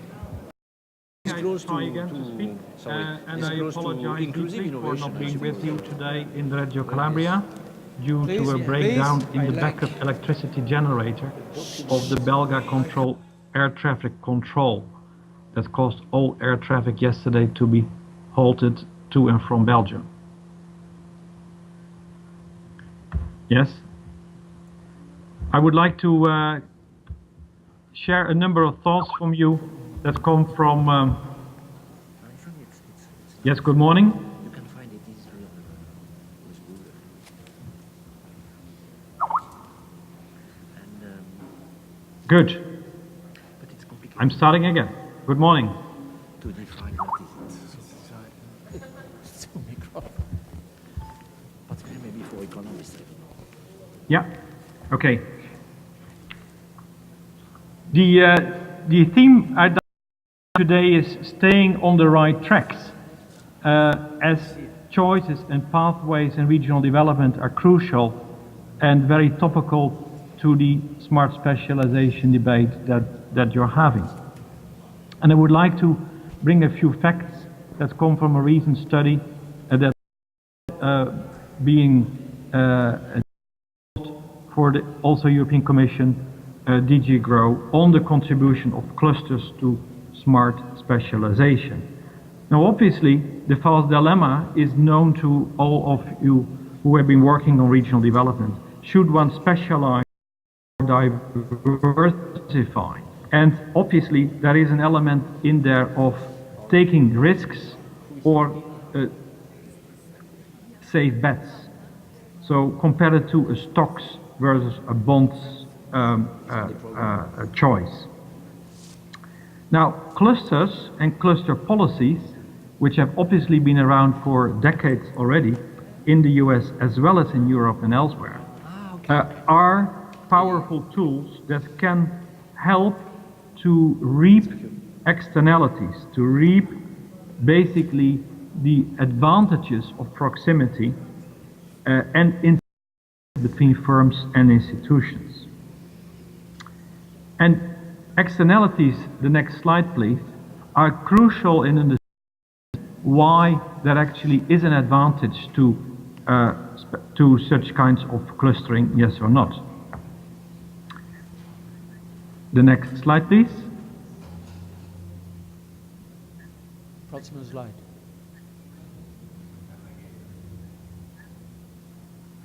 So the question I'd like to pose is, do firms that are located in a cluster perform better than similar firms that are not part of a cluster?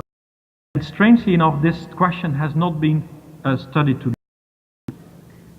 And secondly, what are these externalities that actually bring benefits? Are these the ones related to specialization or rather to diversification? So first thing we have done is actually disentangle that black box of externalities. And I should say here that there is huge differences in the literature, and that of course trends, be it economists or sociologists or business scientists, all have their own vocabulary. So it took a very long time to establish the 6 different, previous slide still, please.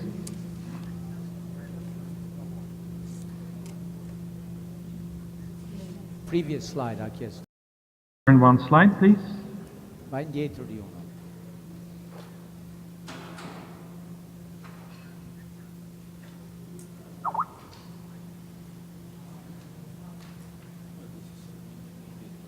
Good. I will keep the slide there and I will go quickly. Basically, the key message is that some externalities are supportive of specialization. Yes, there's one slide in between. Thank you. Next one. And some are favoring diversification. And to make matters complex, as we talk about smart specialization, we also talk about the difference between narrow and broader specialization.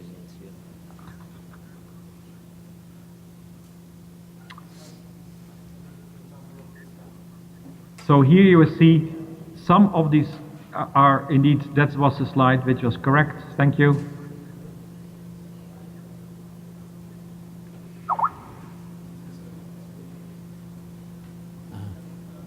Good. Let me share with you the main results analysis. Basically, we have carried out an econometric analysis which includes 4 million companies spread out all over Europe for the period 2010-2012. And a model tries to explain how firm-level performance, such as productivity, turnover, profitability, changing with these externalities. So a first result, a very important one, is that productivity is positively related to all those externalities, particularly those of specialization, but also related variety. So in a way, what the results show is that productivity benefits both from specialization and from diversification, which is of course quite puzzling, which can be explained by the fact that we are talking about such a high aggregate level at so many companies all across Europe in so many sectors. The number of clusters, and I think this is very important for the debate that you're having, the number of clusters in a region has a negative correlation to firm productivity, which means simply adding on new clusters is not helping necessarily in boosting productivity. A third conclusion I'd like to share is that related variety, which means relatedness with other similar kind of companies, is especially important for high-tech firms that are indeed relying on knowledge spillovers. And low-tech companies perform better in a context of highly unrelated variety. Specialization appear strongest in high-tech and in, not to forget, the services sector. The services sector nowadays so important, including business services, financial services, also media and entertainment, show very strong specialization, very strong externalities. And interesting, as we are discussing this in an Italian context, traditional sectors like apparel or textile, furniture are no longer showing nowadays strong benefits from clusters, which is remarkable given the fact that so much of the literature is inspired by the famous industrial districts from the 1980s. Another very important point for the debate is that externalities really more important for young firms and for small firms. So the older a firm gets and the bigger it gets, the less important these benefits from other companies and the surroundings. And last but not least, specialization is also not positively correlated, even negatively correlated with productivity in cases of sparsely populated regions.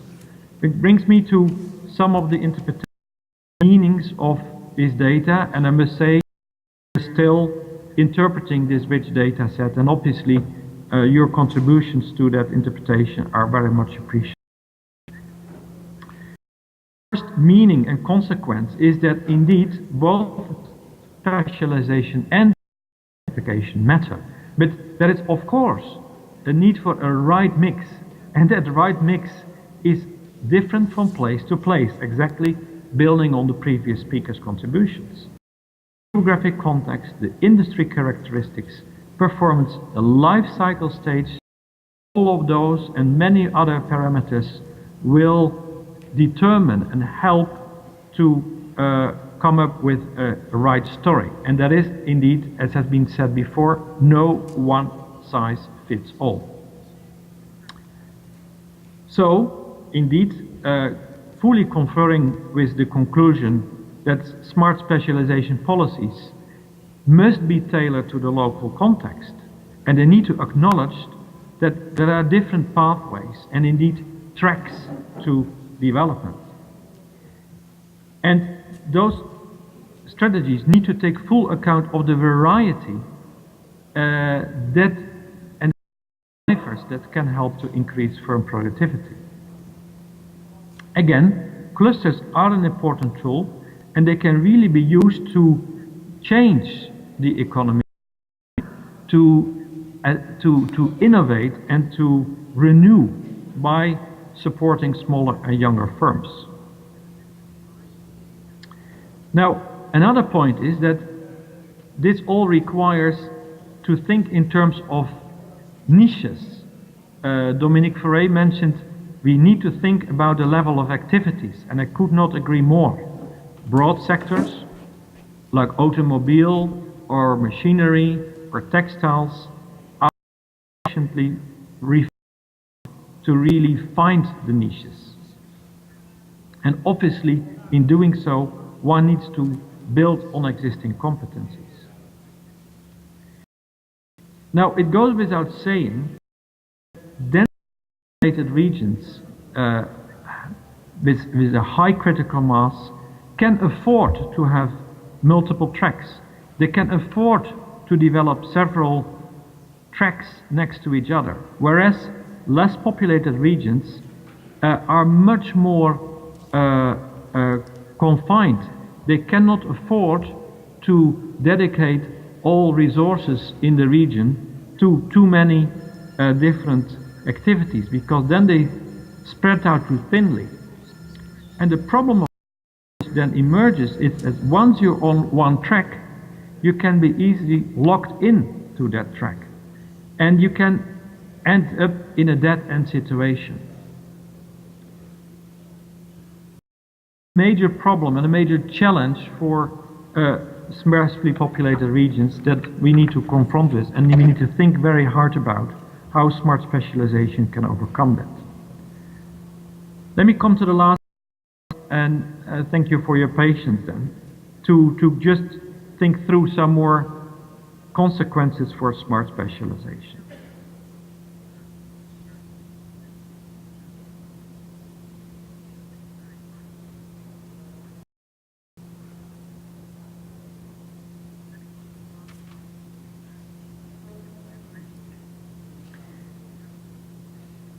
Indeed, there is a need to make smart choices.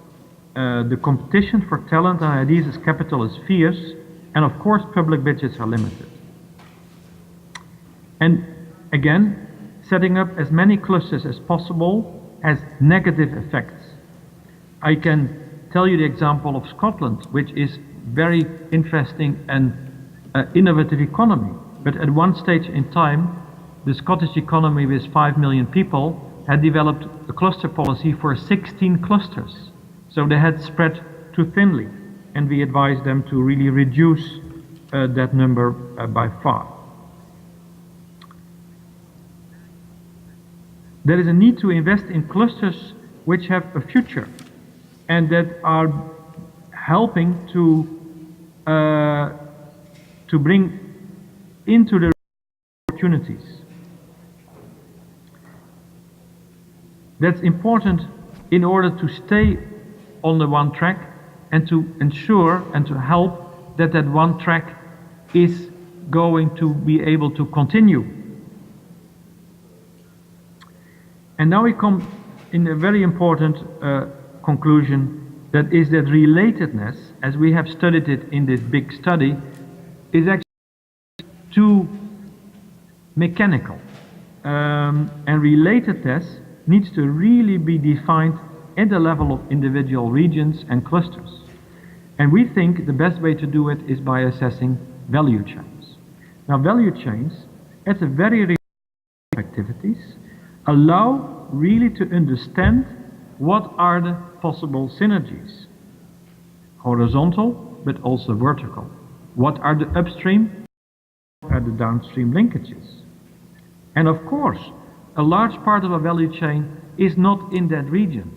It can be everywhere. It can be around the globe. But one needs to understand these interdependencies in order to really try to strengthen the position of the region in those value chains. Emerging industries are really favoring integration of the value chain. So if one manages to bring in emerging industries in the region, that's very important. Because another study that we did for the European Commission showed that emerging value chains tend to be much more confined, tend to be more integrated. You can control them better. Pure industries, textiles being an excellent example, value chains are fragmented and globalized. We don't know where our clothes are produced anymore. It used to be Bangladesh, now it is Ethiopia. We control that very strongly. So That means indeed that when talking about smart specialization, a lot can be done by focusing on emerging industries where these value chains have not been fully developed. Regional strength need to be defined not in terms of sectors, but in terms of competencies. And in the end, I think the challenge is in the smart specialization debate to really make best use of all those industrial assets, both competencies as well as industrial relations and value chains, and open those to the outside world in order to stay very firmly tuned into new opportunities. And in our view, help even regions which have only few tracks to keep rolling and to prosper in the future.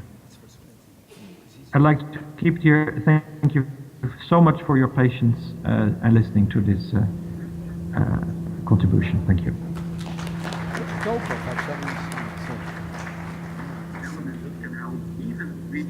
Which have only few tracks to keep rolling and to prosper in the future. I'd like to keep here. Thank you so much for your patience and listening to this project. Okay. Okay, he's muted the microphone so we can... Now I think you can hear us through the streaming. Thank you, Jan. Extremely interesting, and already we're boiling with questions, but we'll try to keep the discussion afterwards. I think it was very interesting how, starting from an economic standpoint, the question of value leads us to challenge national sovereignty in the same way as you were suggesting, Andreas. But let's try and hold it all in. It's getting more and more table, and now we pass the word to Mike Hardy, who is at the Coventry University after traveling around the world, to make a long story short, as far as I could see, working with various bodies, including the United Nations, in the aim of intercultural dialogue and peace. Cairo, Jordan, Azerbaijan, there, and now is working on concepts, if I understand it, of smart specialization in the question of social inclusion, or inclusive innovation. Is I'll let you take over, and thank you. So it's a dimension we haven't seen yet on the table, so welcome to Mike, and thank you for coming here. My pleasure, and I'm very, very grateful to the invitation and the opportunity to share a platform with such distinguished colleagues operating in quite a different areas. So I wanted to start by being very clear that I come from a different place. I'm very much in favor of Dominique's presentation. Smart specialization is going to make a significant difference to communities and to places by being radical, by being embracing of change, and by helping local economies to grapple with what's a very difficult world. But my world is the more complicated because my interests are about people-to-people relations. They're in the interests of whether development strength in the economics of a place benefits all those who belong in that place. So it's my interest is about inclusion that's quite different, not in being open to opportunity, but do we share evenly the benefits of change? And I was going to adding one mistake to Dominique's list. Mistake number 4. Mistake number 4 is that we assume we know the destination we want when we introduce policy for innovation, when we develop innovation policy, even as radical and as progressive as the current offer is. So I'm interested in whether we make the false assumption about the destination we're designing, a destination in which we see at an aggregate level the development of prosperity, of change, modernity, but that in reality, we drive stronger divides between communities within that place. In a Europe of communities that are equal, that have greater disparity, that have less sharing of the benefits of economy, at a time of significant austerity in public sector spending. So this is my interest, and this is where I come from. So my interest is finding, if you like, an S3 plus.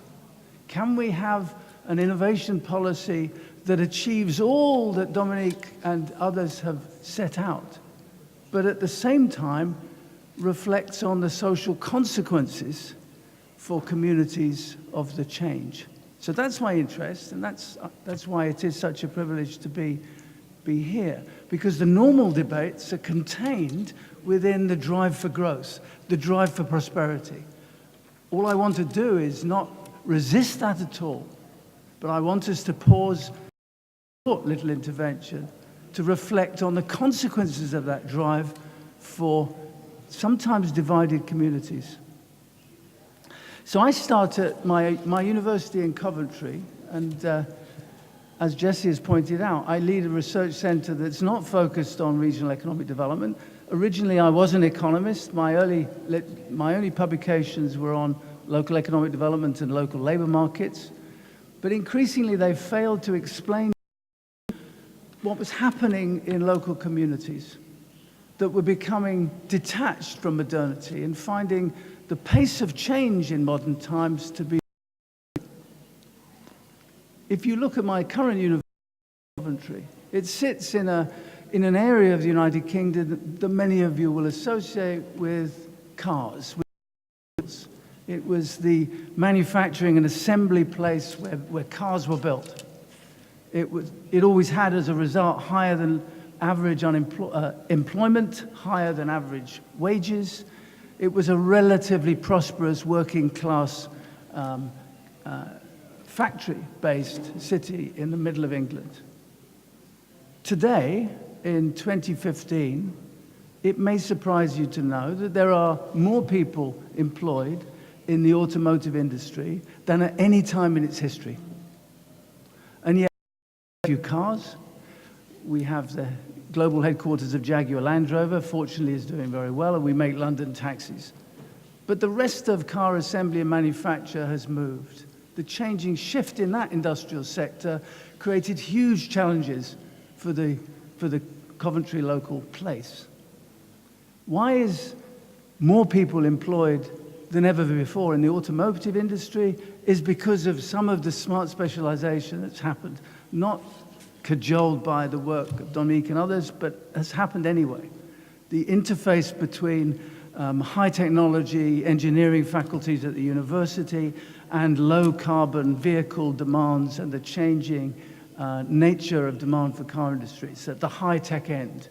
Coventry went up market in terms of its thinking, and what happened as a result is the city fell behind the developments of technology, the developments of innovation.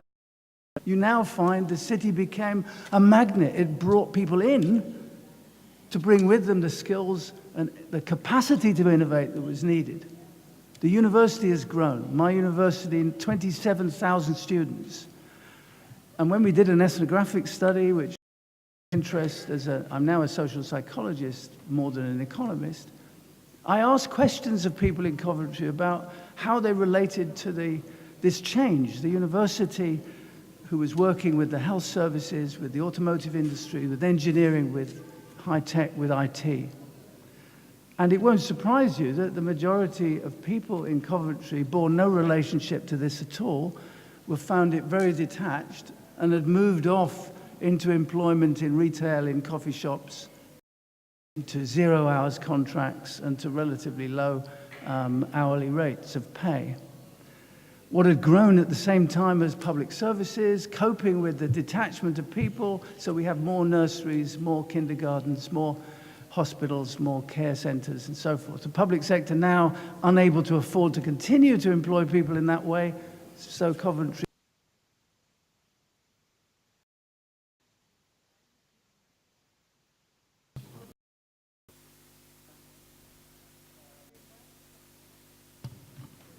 I only give you that slight narrative, and I apologize, to tell you a little bit more about. Now, my university charged my center to come up with a way of tackling what were very difficult social relations between the drive of innovation and actually the communities of Coventry, who felt quite detached. So this is my view, that unless we think of how smart specialization as an innovation policy becomes more inclusive, looks over its shoulder now and then to make sure they're keeping up, we will likely find greater disparity, greater inequality, and we are likely to find that large parts of the place that we're examining will be left behind. Now, what happens when they're left behind? There's no problem, because we can mobilize the social policy academics and politicians. They can bring their social, they can come and repair the damage that the created. This is no way to run a future place-based strategy, is my view. So the plus in my strategic, my smart specialization strategy, my plus is about not making assumptions that we're clear about the destinations until we develop an understanding of the destination. And by destination, I mean, where do we want the place to be in 5 or 10 years' time? Let's not assume that economic prosperity will lead to a trickle down that drags everybody along, because the evidence in Europe of 2015 is that it doesn't not. And the evidence is that there is greater disparity and dislocation. Now, with my other hat, my real interest is the consequences of that dislocation for community tensions. Do you want a peaceful world, or do you want a prosperous world? Shouldn't we want both? That's the easy bottom line. The slides aren't very good because of visuals, but I'm going to use them, and I'll run through very quickly. We've heard a great deal about, and I wanted really to try and introduce to you a convergence between the sort of thoughts I've shared with you then and the very structure of thinking that develops within smart specialization. So the pursuit of a smart and sustainable and inclusive economy is what I'm interested in too. My definition of inclusion is slightly broader and maybe different. Oh, I'm doing the wrong one. I beg your pardon. I'm all right. I can see it. Yeah. So these sort of 4 bullet points won't surprise you, and they repeat what's already been said.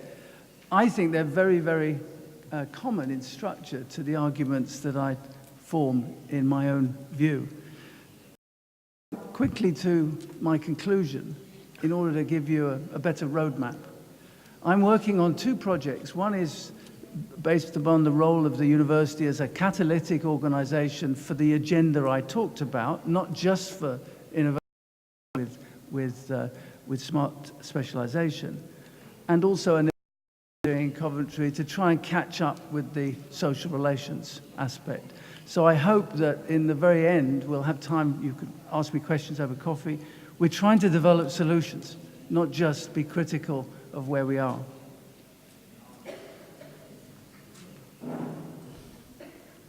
So the big question for me is the extent to which smart specialization success is actually consistent with social cohesion. And it may be that if we're really successful with S3, we become more problematic in terms of the benefits within communities and the mismatch between the capacity to innovate and what's actually on the ground.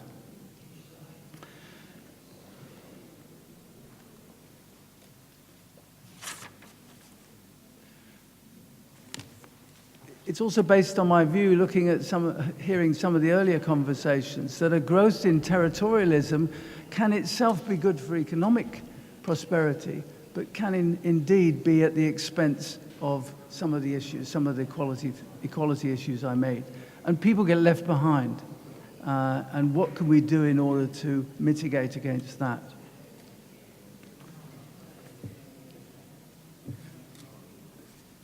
Improving connections was a very strong part of smart specialization. improving connections between key players within the local place and between that place and other places seem fundamental, and some of the examples that were highlighted by previous speakers emphasize that. But such change, as I've said, leaves people behind.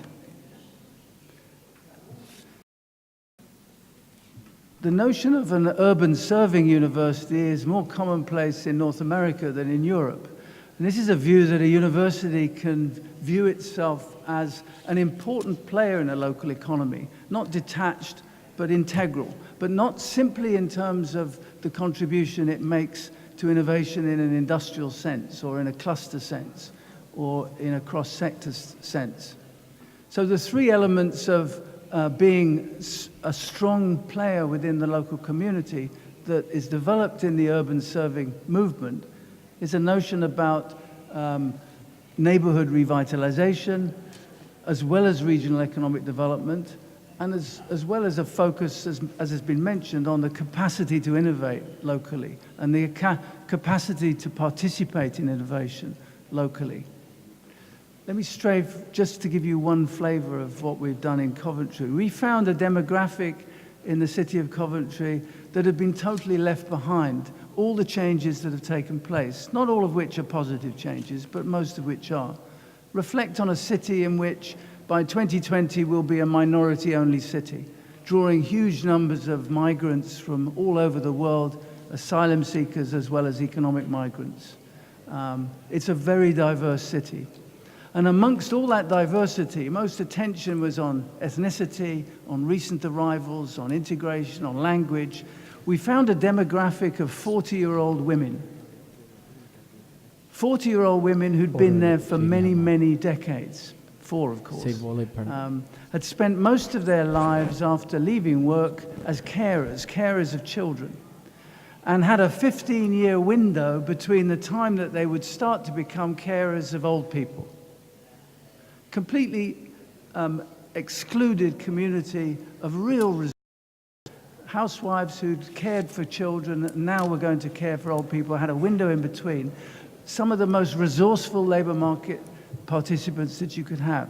Multitasking, they had experience of organizing, budgeting, and so forth, and completely left out. So as an example of inclusive innovation is finding a way of drawing 40-year-old women into the labor market in a productive way.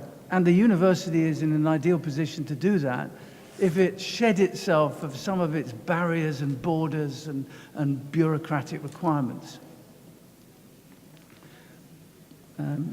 Because of time, I'm going to flip. And I'm quite happy to talk another time about some of the details. I wanted to flip to this slide because it probably summarizes where we're at and where I'm at with some of the research. We're not doing much work in other parts of Europe, but we are in North America, in Asia, in Japan, in Indonesia, in the States. This chart in terms of inclusive innovation looks very familiar with some of the smart specialization literature. You look at a place and you look at its assets, you look at the challenges it faces, and you look at the potential that it has.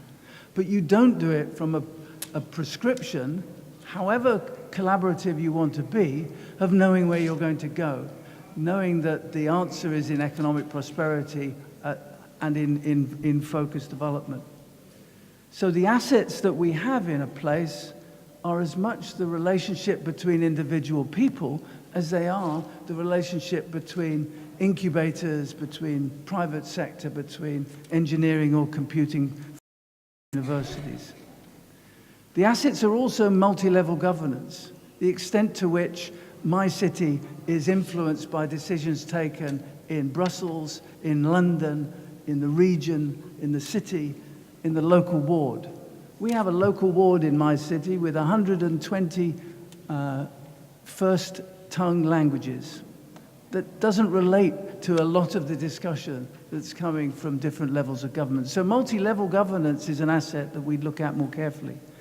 And social capital, the ability to look at the relationships that are informal as well as those that are formal, are also important.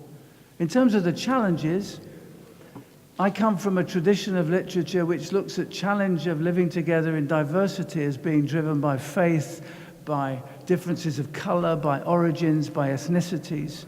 But the interesting challenge we find is that the biggest challenge to our place is how used we are, how capable we are of dealing with the rapid change in a modern world.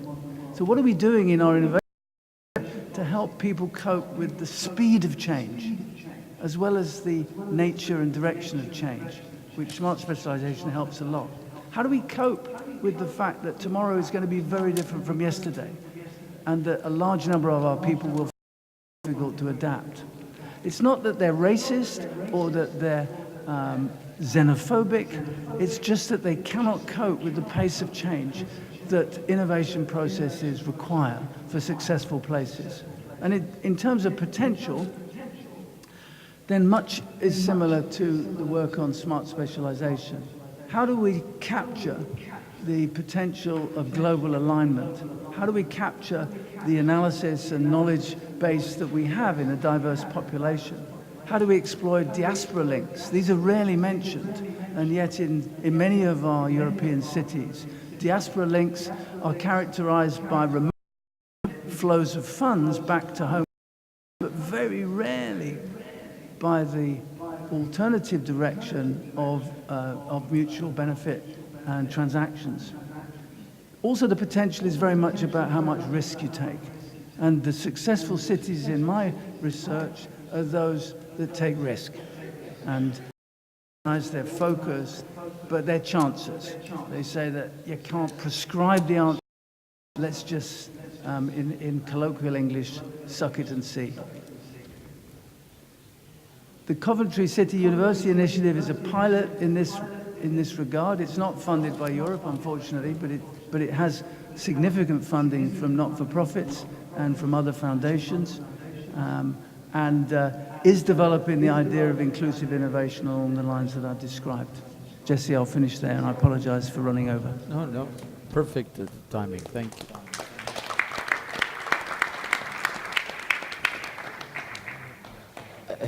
Carmelina suggested us of ourselves here to have some discussion now before moving on to the two Italians about the practicalities of implementation, because I think already some sparks are flying between these different, very rich, very different contributions, but you're getting that feeling that they're all connected somehow, or could be, which is what the project plans to and wants to do. So we can do this the soft way. I'll kick off the discussion with a comment from Jan that came through on Skype.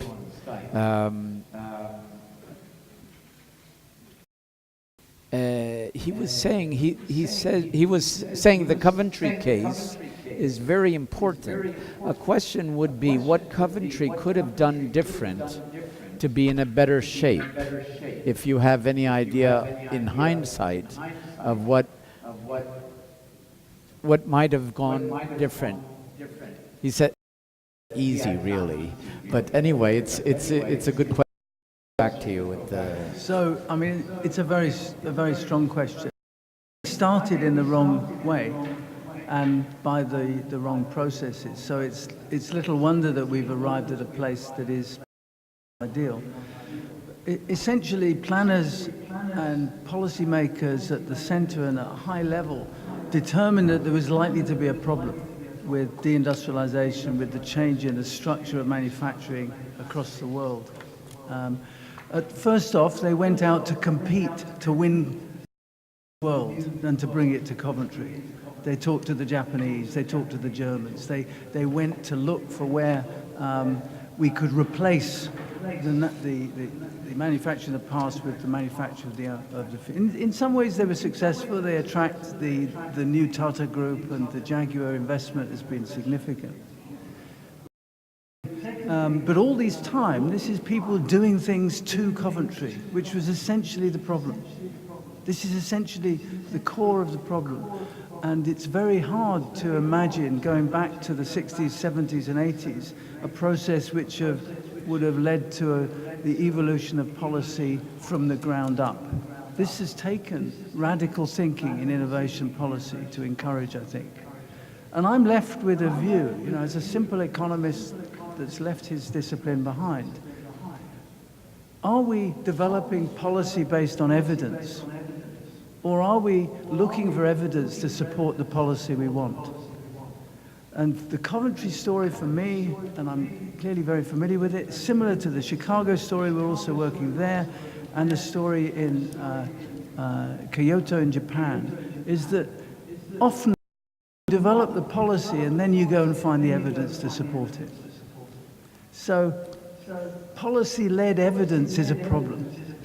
Evidence-led policy is risky because you might find the information that points you in a direction you don't want to go.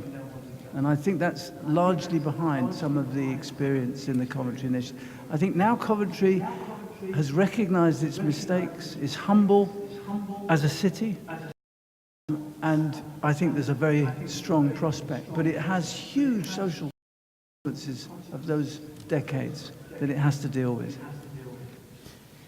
Yes, I think what you're raising there is really the question of institutional innovation, the policymaker that considers themselves outside the box that they're playing and not as part of the box, which is, I think, something that's common to all of your comments. Lini, you were wanting to make a question or raise a point before? Perhaps to Jan. Jan is with us, by the way, in Skype, so we can ask him questions and as we like, yes. And there are people to pass around the microphones.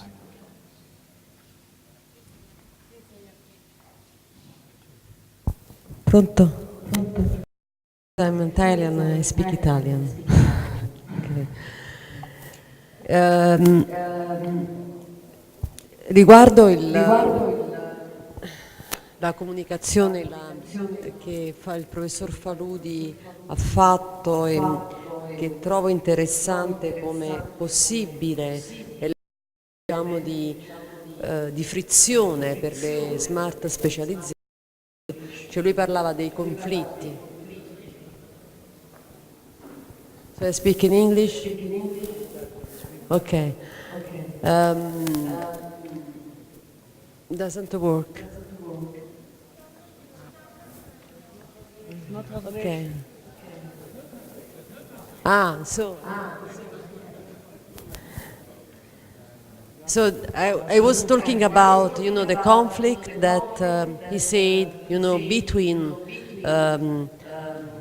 European Commission and member state and local level, you know, this conflict that is in administrative staff and is about the regulation, land use, and that can make, you know, a policy that is unique.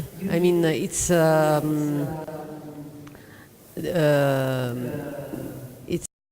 only one for all the territory, and each member state has a different, you know, response about also the use of you know, the regulation, source of failure, probably, of friction of the application of this policy. I don't know if I was clear. I'm sure you were perfectly clear, but the translation only, the first part wasn't translated, but just let me relate to the very last part. Yes, of course, the reactions in each and every member state are always very different because they reflect the assumptions and the institutional setup of the member state. A good example was already quoted before of the concept of territory. I mean, in Italy, apparently, I learned a totally different meaning to the concept of territory as it is in other countries. And actually, frankly, in Northwest Europe, territory hardly meant anything at all, except for constitutional theorists who related it to jurisdiction. Yes? That's an example, and so that's affirmative in the sense that all these ideas that are articulated through European channels, comparative channels, sometimes are and or something new, something very innovative. Yes? The concept of territory itself, or territorial cohesion, is an example of that. As I told you, it didn't mean a thing in Northwest Europe, yes? But now it has become a dialogue about, basically about spatial planning and a different, using a different set of concepts. Yes? But as I said, I missed the first part, and I'm not quite sure whether I answered.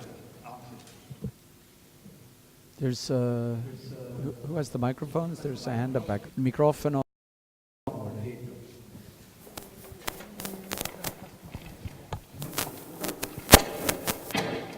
Hi, good morning to everyone. I'm and I'm just newly graduated in architecture here in Italy.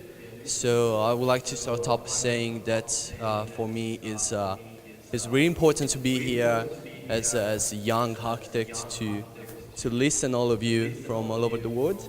I would like to start up taking inspiration from the question which was made just a few seconds ago.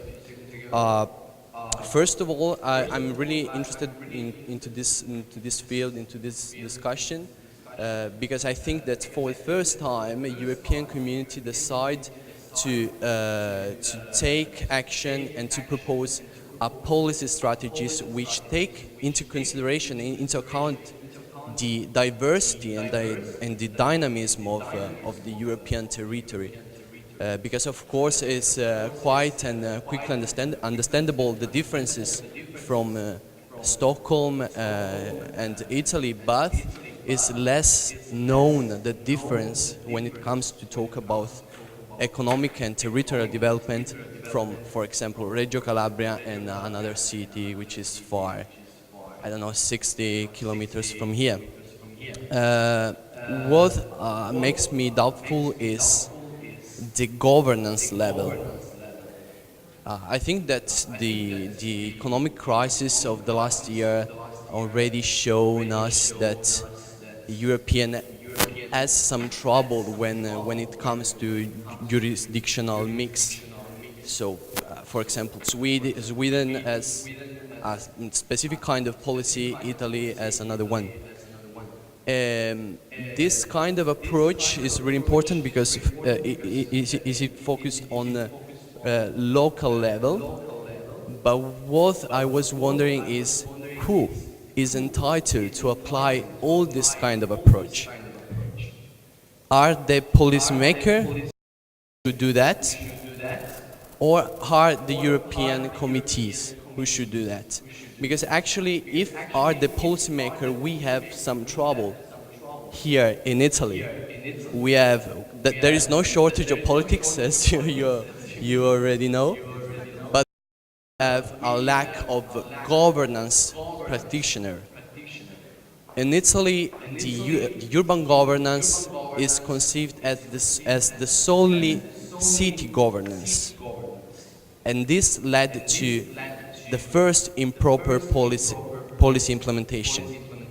So I would like to know, both from you, who are foreign professor, and both from, I don't know, from someone from Italy, who is a policymaker here, who should be guaranteed this kind of strategies will apply in a properly way. Thank you. Well, I suppose I represent the European Union here.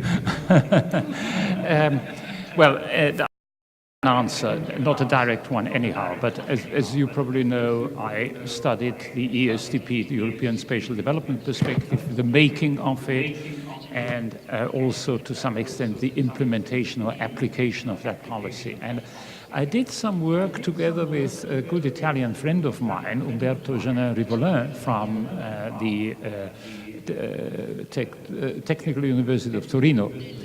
And we assembled a group of planning experts like ourselves from all the Mediterranean countries, so Spain, Portugal, Greece, Italy, of course, and I think there was French one as well, and it was France, of course, also brought it.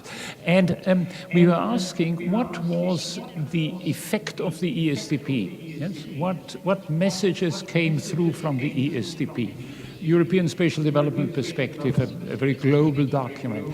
And the message was, and this was confirmed by Umberto himself and by somebody from Greece who looked at all these contributions, the message was one about governance, about the need to cooperate across local and regional boundaries, about the need to interact with local communities and so forth and so forth. I cannot say how far this got. I cannot say whether it meant any real change on the ground, but that was what the experts were saying uniformly, that the message was a message of change your governance structures, involve local communities. Actually, I don't know whether you know, but there was once an Italian commissioner of regional policy, and he was before Delors, so in the early 1980s. And under him, the idea of the involvement of local and regional stakeholders and private stakeholders in cohesion policy was formulated, and it was implemented in the so-called Mediterranean programs in Greece and in Italy at that time. So that it was actually, what I want to put to you is that the innovation was not top-down, it was a two-way process.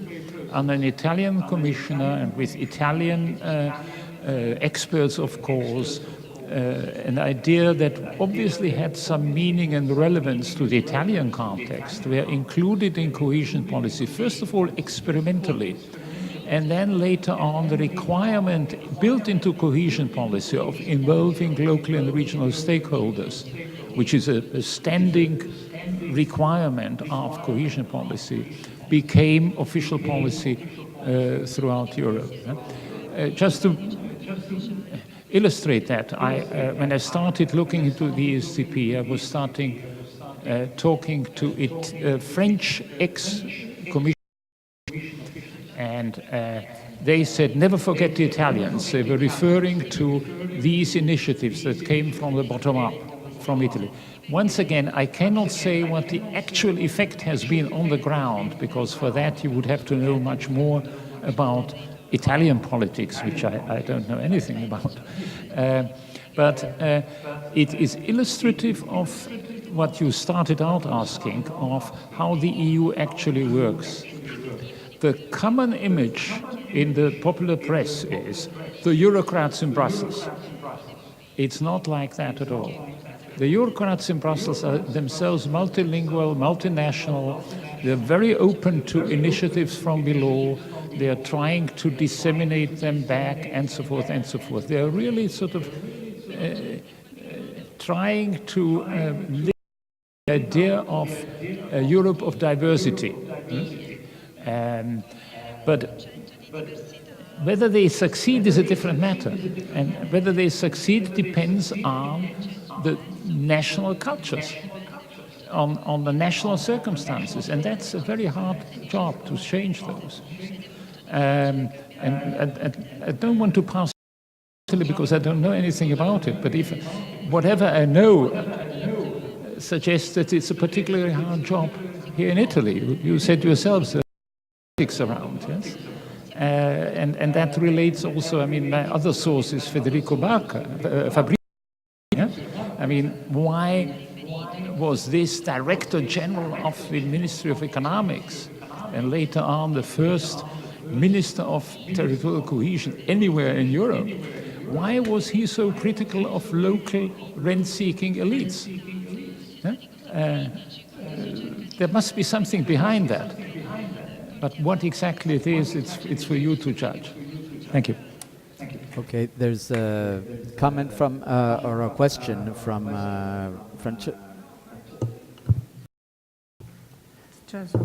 If I may throw in the meantime, a comment from... Yeah, I'll throw in a comment. Jan.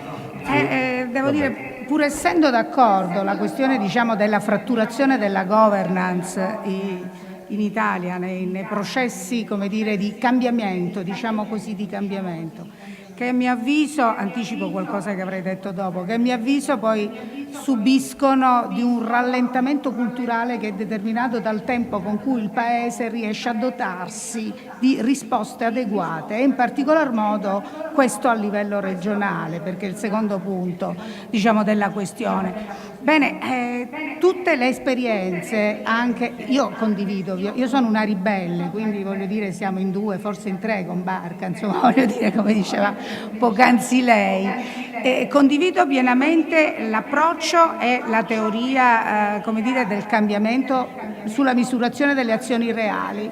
Però, nonostante l'Italia abbia delle sperimentazioni eccellenti a livello di attività regionali della governance, il complesso meccanismo costituzionale e istituzionale, il vero nodo secondo me dell'innovazione in Italia, è proprio il problema istituzionale, devo dire non garantisce una risposta poi di pianificazione dello spazio in quanto tale, perché abbiamo, lo dico anche al collega poc'anzi, abbiamo il brutto vizio, mi ci metto in mezzo anche io, di declinare le questioni all'italiana, e quindi riportiamo spesso, più che un cambiamento, la necessità di riformulare una nuova legge, un nuovo regolamento che definisca quelle azioni che invece in altri avvengono con molta e libertà, e quindi sono, come dire, foriere di una territorialità e di una capacità della comunità probabilmente di interagire con un meccanismo di innovazione. Questo è l'esempio anche della riforma sulla città metropolitana. Se la città assume un ruolo così importante, noi in Italia abbiamo dovuto individuare con una riforma costituzionale per dare alle città, che poi di area vasta, come dire, dei compiti particolari. Non mi risulta che in questo momento ci siano, a parte ovviamente le differenziazioni tra Stato e Stati, la necessità così minuziosa di individuare tutti i compiti, tutte le funzioni, lo statuto e quant'altro in un processo che dovrebbe essere relazionale e di un valore pubblico territoriale nell'esplicitazione ovviamente di ciò che quel paese e quel territorio esprime. Quindi credo che uno dei nodi fondamentali sia questo, la capacità di innovare le istituzioni, quindi con grande senso di responsabilità, e quindi cambiare probabilmente l'apparato. But here I would throw the question to Dominique then. Is it an explicit intention of smart specialization to provoke institutional innovation? Jan is asking, can you build smart specialization with not so smart governments? Or is the intention to set into motion certain processes that give governments no choice but to open up or to shift approaches? And what Francesca was noting, this desperate attempt to re-regulate, to regain control over a process that governments are losing control over, but also because of the way the world is evolving. But to what degree do you think this is was an explicit intention, or is it an intention of the Commission to open some cracks? Is that a fair question?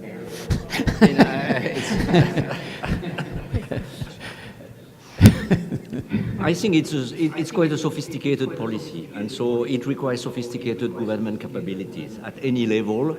And of course, I mean, you know, I'm from the academia. I'm a professor, so we liked our idea. Then the implementation, as I said to Paula, has in some points, you know, our idea has been lost in translation. And I think this is the cost of having a big impact. This is the first time in my life that I got a so big impact in terms of one idea. And in a sense, it's like a lottery. There are many great ideas from economists who never being, you know, applied at all because it's too sophisticated or, you know, just...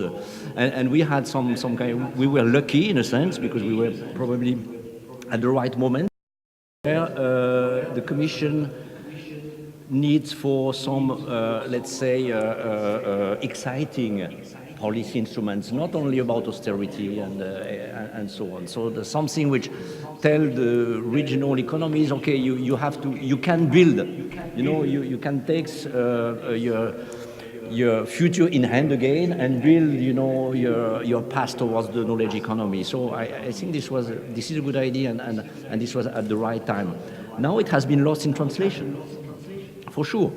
And this is the fifth mistake, maybe. So, which is, first, we told the Commission, okay, you want to take smart specialization, you should at least try at the beginning with some pilot study. Try how regions will understand the idea. And of course, the Commission say, no, we have no time. You know, we have to implement it immediately. And of course, as it has been said, you know, there were a lot of misunderstanding. The second thing we said, it seems to us that this is a good concept for the less advanced region and the transition regions, but not for the top one, like, you know, Baden-Württemberg, Paris, or London. And the Commission said, no. I mean, it's too complicated. We want, you know, one instrument for everybody.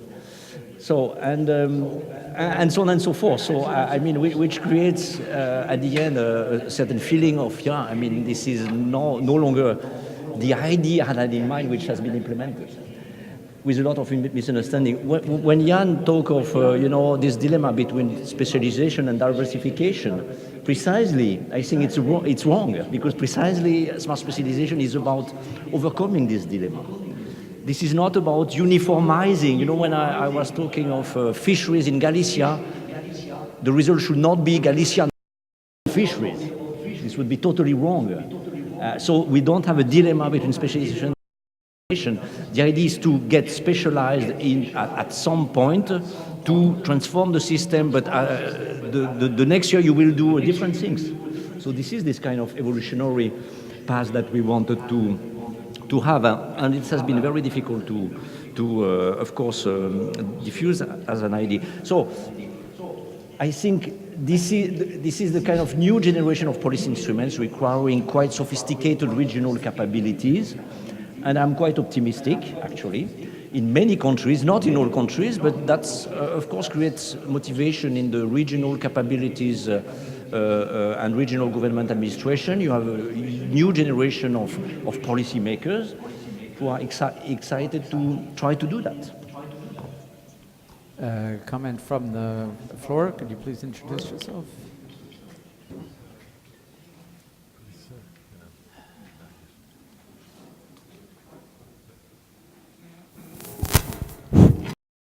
Thank you. Dyer, I'm from Northeastern University in Boston, Massachusetts. For the whole panel, I guess, I'm not sure if it's a question, a comment, or you may just decide it's my own misunderstanding, but from the United States sort of listening and trying to sort of synthesize at this early stage what everybody's been saying, I had this thought, and this is, I guess, what I'm sort of throwing out to you all to see if you would agree with it, that economic history is one of my interests, and it seemed to me that what I'm hearing in terms of smart specialization, and then Professor Hardy's comment about the problems that even smart specialization could entail, cohesion and coordination, that it seems to me that maybe what I'm hearing is an attempt on the part of, let's say, Europeans, or the EU or the Commission, to define a new European model that instead of having economic development be a top-down process, that's what I sort of understand smart specialization as. It's a kind of the authorities at the EU saying the bottom up and see if that works better in a world where growth is now, if you can squeeze it, you get a little bit, but not like you used to get in the 60s. Growth itself will now become a bottom. That's the role of entrepreneurs, clusters, territory. But just as in the old model of top-down growth, Europe, certainly much sooner than the United States, realized it needed social welfare programs to also deal with people that are left behind. But those top-down, it was top-down social welfare. That what Professor Hardy's talking about and maybe just beginning to get a sense of is that if you're going to have this localized, decentralized, bottom-up growth, you're also going to have localized, decentralized, bottom-up social welfare, because it ain't going to come from governments that can't afford it anymore. Am I like really off in left field here? I guess this is actually right field since it's decentralization. Am I sensing that that might be what's going on? Is that you're conceptually and then institutionally the whole notion of what growth is from a European context, but that's also going to entail a new, the top-down social welfare is not going to work anymore. Am I close? Please. So I think that's very perceptive, and that certainly you're jumping a few chapters ahead. We haven't quite read the introduction, and we're still writing the preface. But let me suggest to you, I don't think this is a radical departure from top-down leadership of innovation. What I think it is the top saying, in order to be effective at top-down, we have to invoke a bottom-up alliance. We have to encourage more bottom-up lobbying and positioning. But it's top-down in the sense that the goal is to make the top spend more effectively. The ultimate goal of the European Union is to stop the emergence of disparity between territories. The European structural adjustment is about the disparity between places. So let's not apologize for that. The European project has been amazingly successful with all its problems. But let's say that if we have now a more aware top that says, hang on, we have to actually radically change the way we listen to bottom up. That's very different from your concluding chapter, which I'd share, that we're actually going to decentralize. Because you're not. The resource framework at the top, you're just going to spend it in ways that encourage better practice. Now, just social policy.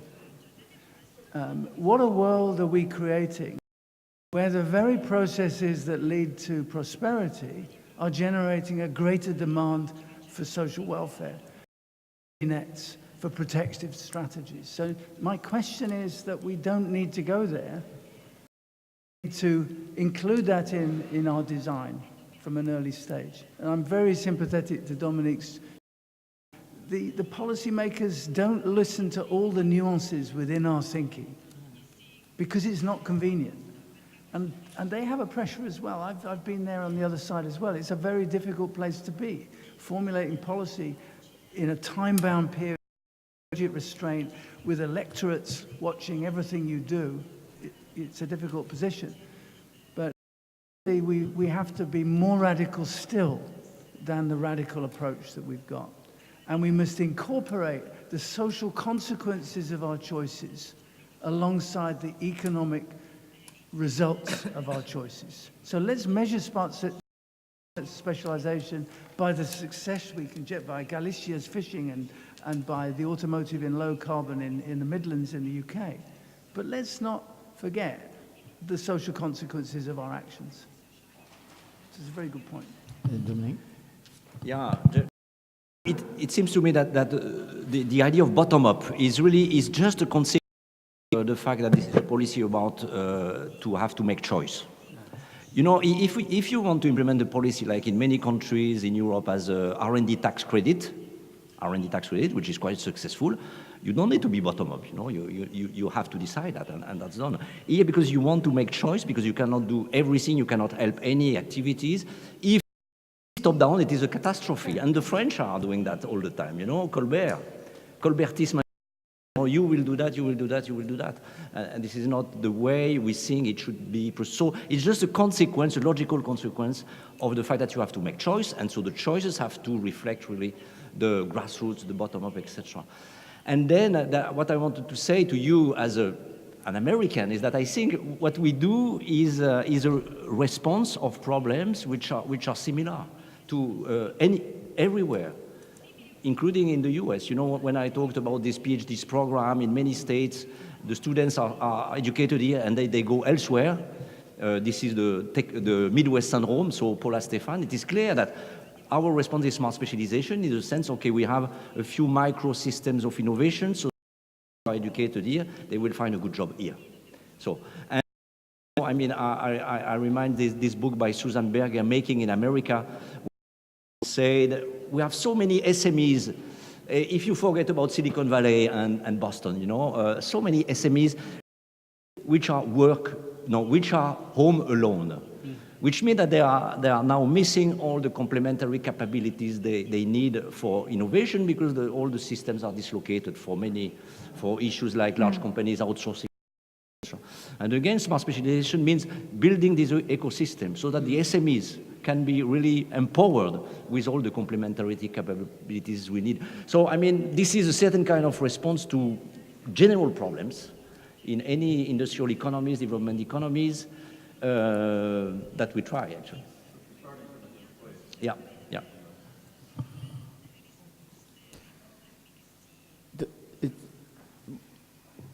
There was also, no one has mentioned it yet explicitly, the introduction of innovation, sort of after the smart specialization process got started. The DG Regio published the Guide to Social Innovation, which is how I got involved in all of this mess, in 2013, I think, 2012, relatively recently, and then began to ask regions to incorporate social innovation into their smart specialization policies, which some did, as Mike was saying, say, we'll make growth over here and take care of the excluded over there. But some were trying to integrate it, and they're, with the logic that in the territory, on the ground, bottom is where the two things actually meet. You can analyze them from the top in a different way, and you can create different top-down. But when you get on the ground, inevitably they either collide or work together. Was this part of the original thinking? I don't know if you've seen these guides to social innovation. I mean, it's a real policy thing which indicates to regions where to fit it in, how to use the different funds, and it was an attempt, I don't know where it came from or how successful it's been, to try and build a social dimension into the heart of the policy. I don't know how successful. The social innovation, I mean, the smart, this is a growth policy in a sense, you know, this is really innovation to support and to animate growth, economic growth. To what extent social innovation is part of the picture? Actually, I don't know. Who has, my question, who has a definition of social innovation here? What is a social innovation? Do we know that? Is a computer social innovation? The Commission has a definition, of course. Is a computer a social innovation? If yes, of course, this is part of the picture. Yes. If so, I don't know. Actually, I have no idea. The problem with the Commission here, social innovation is a nice word. They want to flag it, but I'm not sure. And maybe Mike is better than I to. Maybe certainly is better than I to. The social innovation. I'm very interested. Then I can tell. Don't ever use the word certainly. So probably. I think social innovation was a very necessary. In 2013, in 2012-13, it came along to reinforce the other things that were happening. And what it did was similar to what had happened in the corporate sector, in my view. The corporate sector woke up when the Harvard Business Review published some work about responsibility, about saying that we could have a world in which the private sector creates value and then shares it. The Rockefeller exploits the world, makes his millions, but then he's a philanthropist. That's the old model of being very social in what you do. And the challenge to the corporate sector in the early noughties, around 2000, 2006, that period, was why don't we create shared value? Let's not create it individually and share it, let's create it together. So you have a much more responsible focus on decision-making. The public sector caught up. It takes 10 years later, you know, it wakes up and it says, maybe we can introduce the notion of social innovation. So what is it? I think social innovation is changing the way we relate to each other, changing the way we communicate, changing the way we make decisions, changing the way we travel, changing the structure of commuting as part of local labor markets. I can go on. In other words, it's some of the glue that informs and reinforces the way in which territories work. So, in Coventry, let me take a tangible example, we suddenly found that the major asset that Coventry had was not its people, was not investment, was not the prettiness of its countryside, but was how quickly you could travel to London. This is a very different way of thinking. If suddenly you mobilize an asset that says you have proximity to somewhere, then you're no longer frightened of your PhD students going to London. Because actually you can begin to argue that they can stay here and work in London. Or they can work in London, or they can work in Coventry and live in London. So there's all sorts of changes. That's what social innovation is. Changing the way that the social issues interact with the economic and political issues. I like this definition, but to be logical, it should not be part of the discussion of smart specialization. Because it should not be, I mean, smart specialization is about choices between fisheries, biotech, and, mechanical engineering in the footwear industry. You have not to choose between fisheries and social innovation. I mean, social innovation should be done in any way, in any case.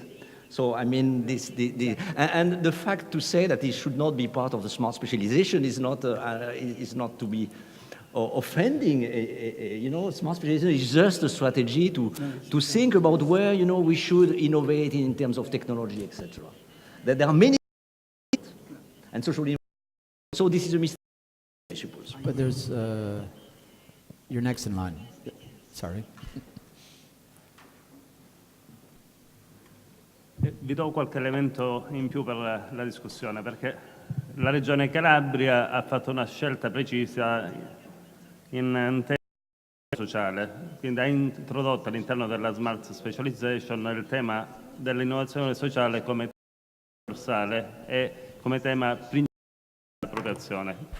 Tutte le attività che sono state pensate sono rivolte ai territori calabresi,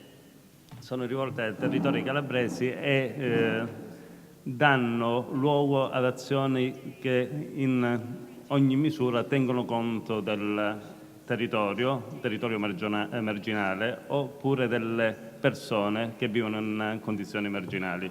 Quindi è un'indicazione precisa che viene data e che vuole incidere su almeno 3 temi. Uno sul disagio sociale per le persone anziane, ad esempio, che vivono in aree marginali, quindi un'azione sulla telemedicina, di innovazione tecnologica in materia di telemedicina che va a supporto dell'innovazione sociale. Un'altra sulle tecnologie, quindi inclusione dei, ad esempio, interne per che questi possono essere al meglio utilizzare le tecnologie informatiche, ad esempio, quindi aree di interesse sulle tecnologie a favore di questi territori. E poi un'altra azione che abbiamo visto va a livello locale.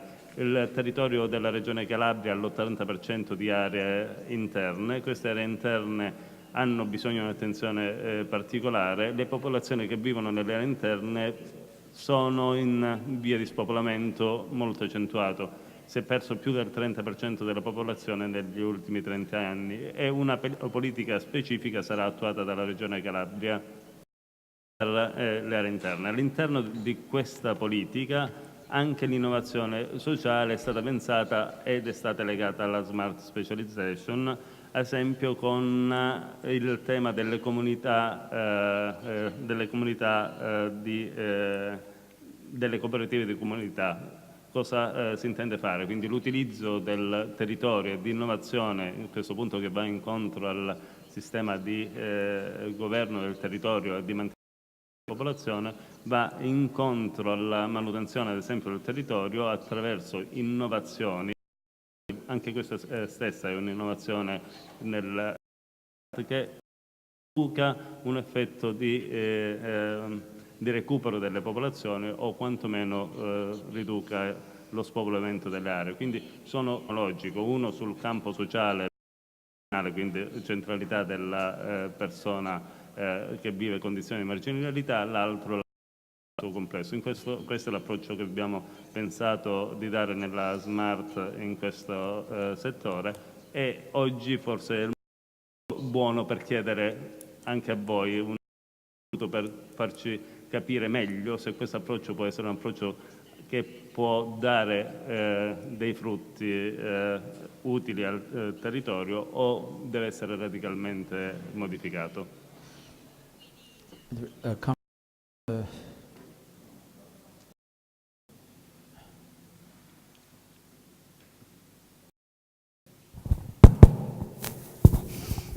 I just had I wanted to come back to something that Professor Faure is saying. If I understood your response to my original question, it's not a different model of growth, but it's more recalibrating how choices are made. Is that accurate, fair? To recalibrate how choices. You used the word choice a lot. Come spend? And so one way to think about this is a recalibration of how choices are being made in Europe. And it was in the back of my mind, and I didn't want to say it because I'm an economist, but without using the word that an economist would immediately leap to, which is that you want a market system in Europe. Because if you say decentralized choices, economists can build you any number of models to show that the best way to decentralize decision-making is for something. But do you really want to go that far? Yes, a market system for everything. So maybe we'll get into this afternoon on our panel, but it's one thing to say conceptually this would be a better way to cause innovation or create entrepreneurs, discover them, whatever. But as we say in the United States, probably everywhere else, in the details. So how are you going to do? I was looking at the World Bank report on doing business before I came to the conference, and they rank countries, 189 countries. Italy's number, by the way. You were 52 in 2014, you're 56 now, I'm sorry. It includes things like getting credit, starting a new business, registering property, getting construction permits. I mean, that's what I mean, the devil's in the details. An economist would tell you that you need to put markets in place for all these things, even if it's locally oriented, to get the resources, the human resources together, to get the knowledge resources, to get the construction permits together, to get the financing together. Because I don't think smart specialization, I think it's a great idea, but I don't see how it happens unless those things are taken into account. What worries me is when you get into that level of detail, or forgetting something that Professor Hardy said, is why are we doing this in the first place? And for me, that's economic growth. And for me, if you take economic growth and you can forget social innovation. And it's okay to say it doesn't belong in this conference, but I think it probably does. Because if you're going to scrap the old method of growth, you're going to also have to of social welfare. Just thinking. We should not, we have not to go into the details of all the legislation, but smart specialization was specifically, you know, addressing some targets for the structural funds, covering everything at all. Because maybe Paola knows that better than I. So this is only three thematic areas. So R&D. I don't remember, but I mean, then there are many other kind of way of spending and having projects for very different things. So to smart specialization, too much actually of power in and influence. This was really for helping regions to spend this money for R&D, innovation, these kind of things.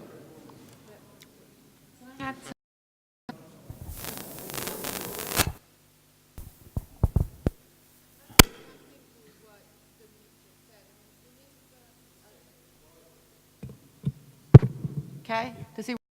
Okay. At the beginning of his presentation, when he was presenting the idea of the smart specialization strategy, he said, okay, in Europe, for a long time, growth policy has been horizontal. All the stuff you were talking about, like, you know, build well-functioning credit market, well-functioning public administration, environment for firms, horizontal policy in R&D, education.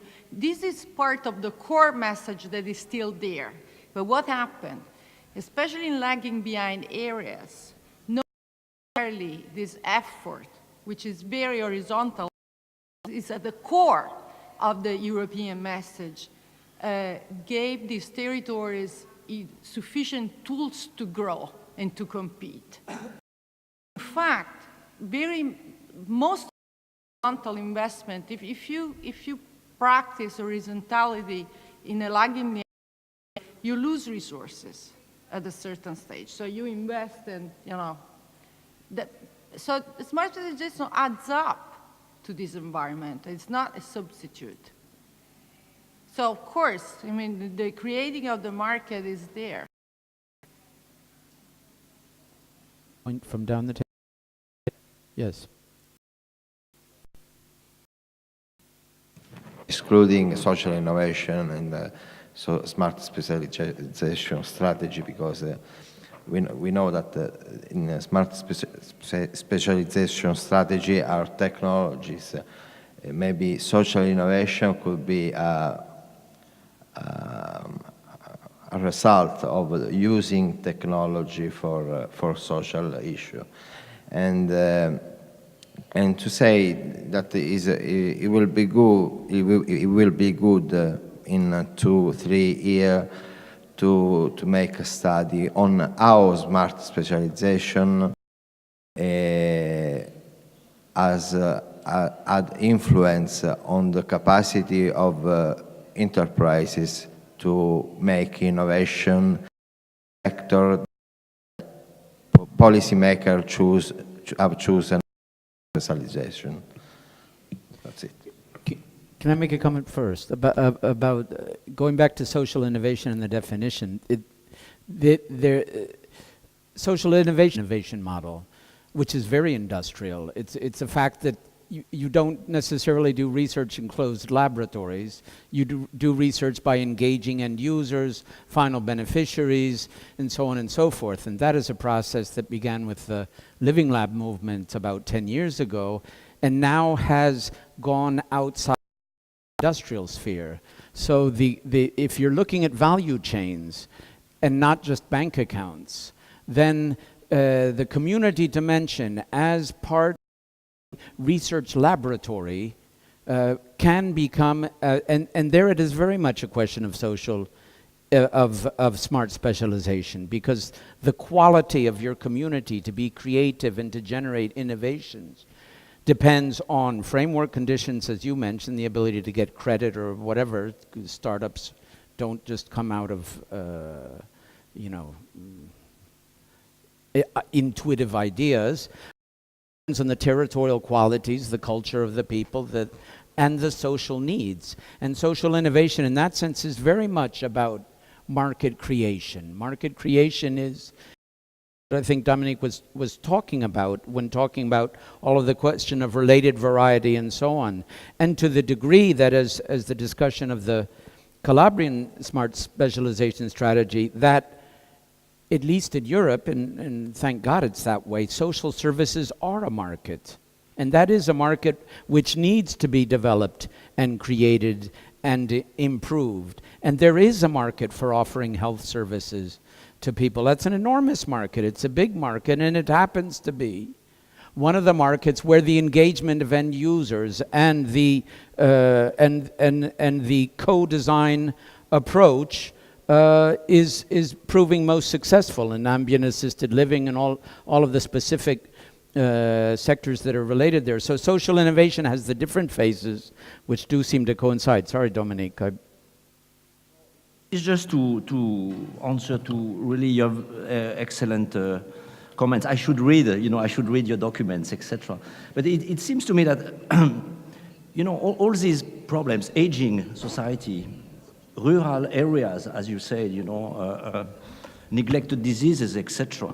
Of course, this is very good goals, and if your strategy is about responding to these kind of things, like supporting rural areas through development of ICT, etc., and if you build capabilities to do that, this is really fine. This should at a couple of regions which have more or less the same kind of structure, spatial structure, where you have clearly in the smart specialization a priority, which is developing ICT to support rural areas. I don't know whether this is or business innovation, or we don't care actually, but this is a good specialization actually. The only thing I would say, you have to prove that what you will do is really based on a couple of capabilities you have here. So that means you have labs, you have people, you have things that form, a kind of cluster to address this problem. Because as I said, it's also possible to solve everything by outsourcing, outsourcing a nice consulting company from everywhere who will pretend to solve all your problems, but this is not what we have in mind. We have in mind to build this ecosystem. But I'm fine with all these innovative solutions to these kind of social problems. Please. Yeah. So I'm Professor Eric Bichard from Salford University. So we're one of the partners, obviously, on the MULTIDISCIPLINARY on the international PhD program, which I'll come back to in a minute. I just want to make a quick point, because I think we could be here for a very long time arguing back and forth between the importance of social economy and the importance of economic economy in terms of this subject. And I would just want to support Mike Hardy, because I think he's a bit lonely up there, and to tell you a quick story. The first is that Mike and I and others are not going to win an argument against unreconstructed market-led economists. And we have many in our group, and that's their world, that's the way it is. So we're just not going to win this argument. It's our job, Mike and mine and other people, to exemplify the monetization of social gain, so that we can prove and speak in the same language to our unfortunate friends who don't get it yet, that actually you cannot do this work without a total and complete understanding of the sustainable development in any one direction. So a very quick story. I was commissioned by the Royal Institute for Chartered Surveyors. Some of you might know England. This is a specialist group of people who spend their entire life putting monetary value on things for the built environment. We make a joke about them that they understand the cost of everything and nothing. There we go. Yes, well, it perfectly describes these people. Yeah. So amazingly, these people commissioned me to do a study on how we put a monetary value on social and environmental change. Okay? I produced this report for them. They looked at it. We can't publish this. This is not about market economics. It's all about non-market economics. Our rule book says that this is impossible. You can only understand the world through market-led economic thinking.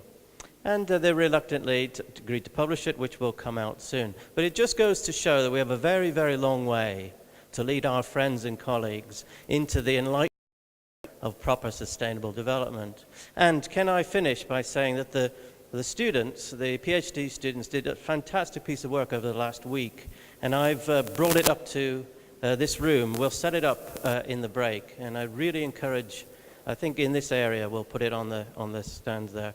I'd really encourage everybody who's interested in this work to show that this can work out. It's very clear and has direct economic implications. If you ignore the social and environmental value of what we do, we are always going to fail. Thank you.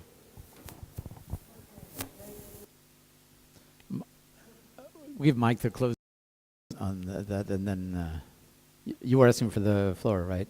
And then we have lunch, right? We're a little over time. It's always good to have allies in the room, but I wasn't feeling too lonely.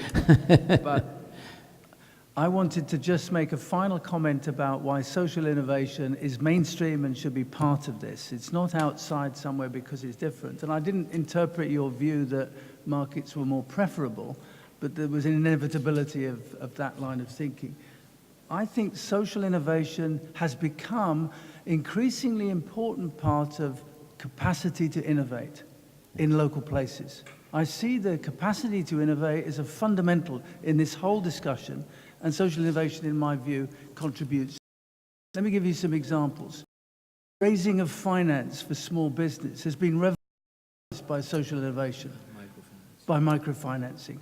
The ability to avoid the market rates of interest for high-risk loans by going to credit unions.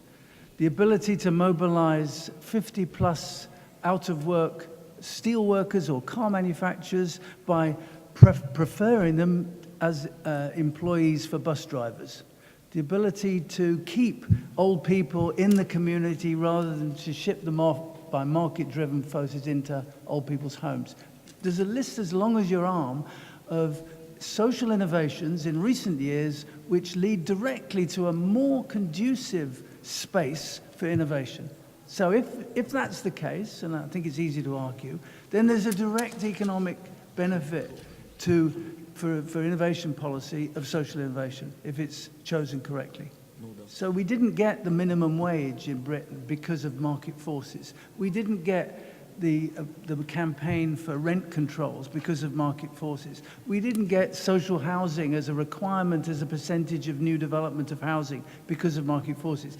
We got it eventually because the very powers of market forces recognized the economic contribution that would make. So there's such a close knit, and it's a missing part, I think, of the overall innovation story. Beautiful. Lunchtime. Thank you. Brilliant panel.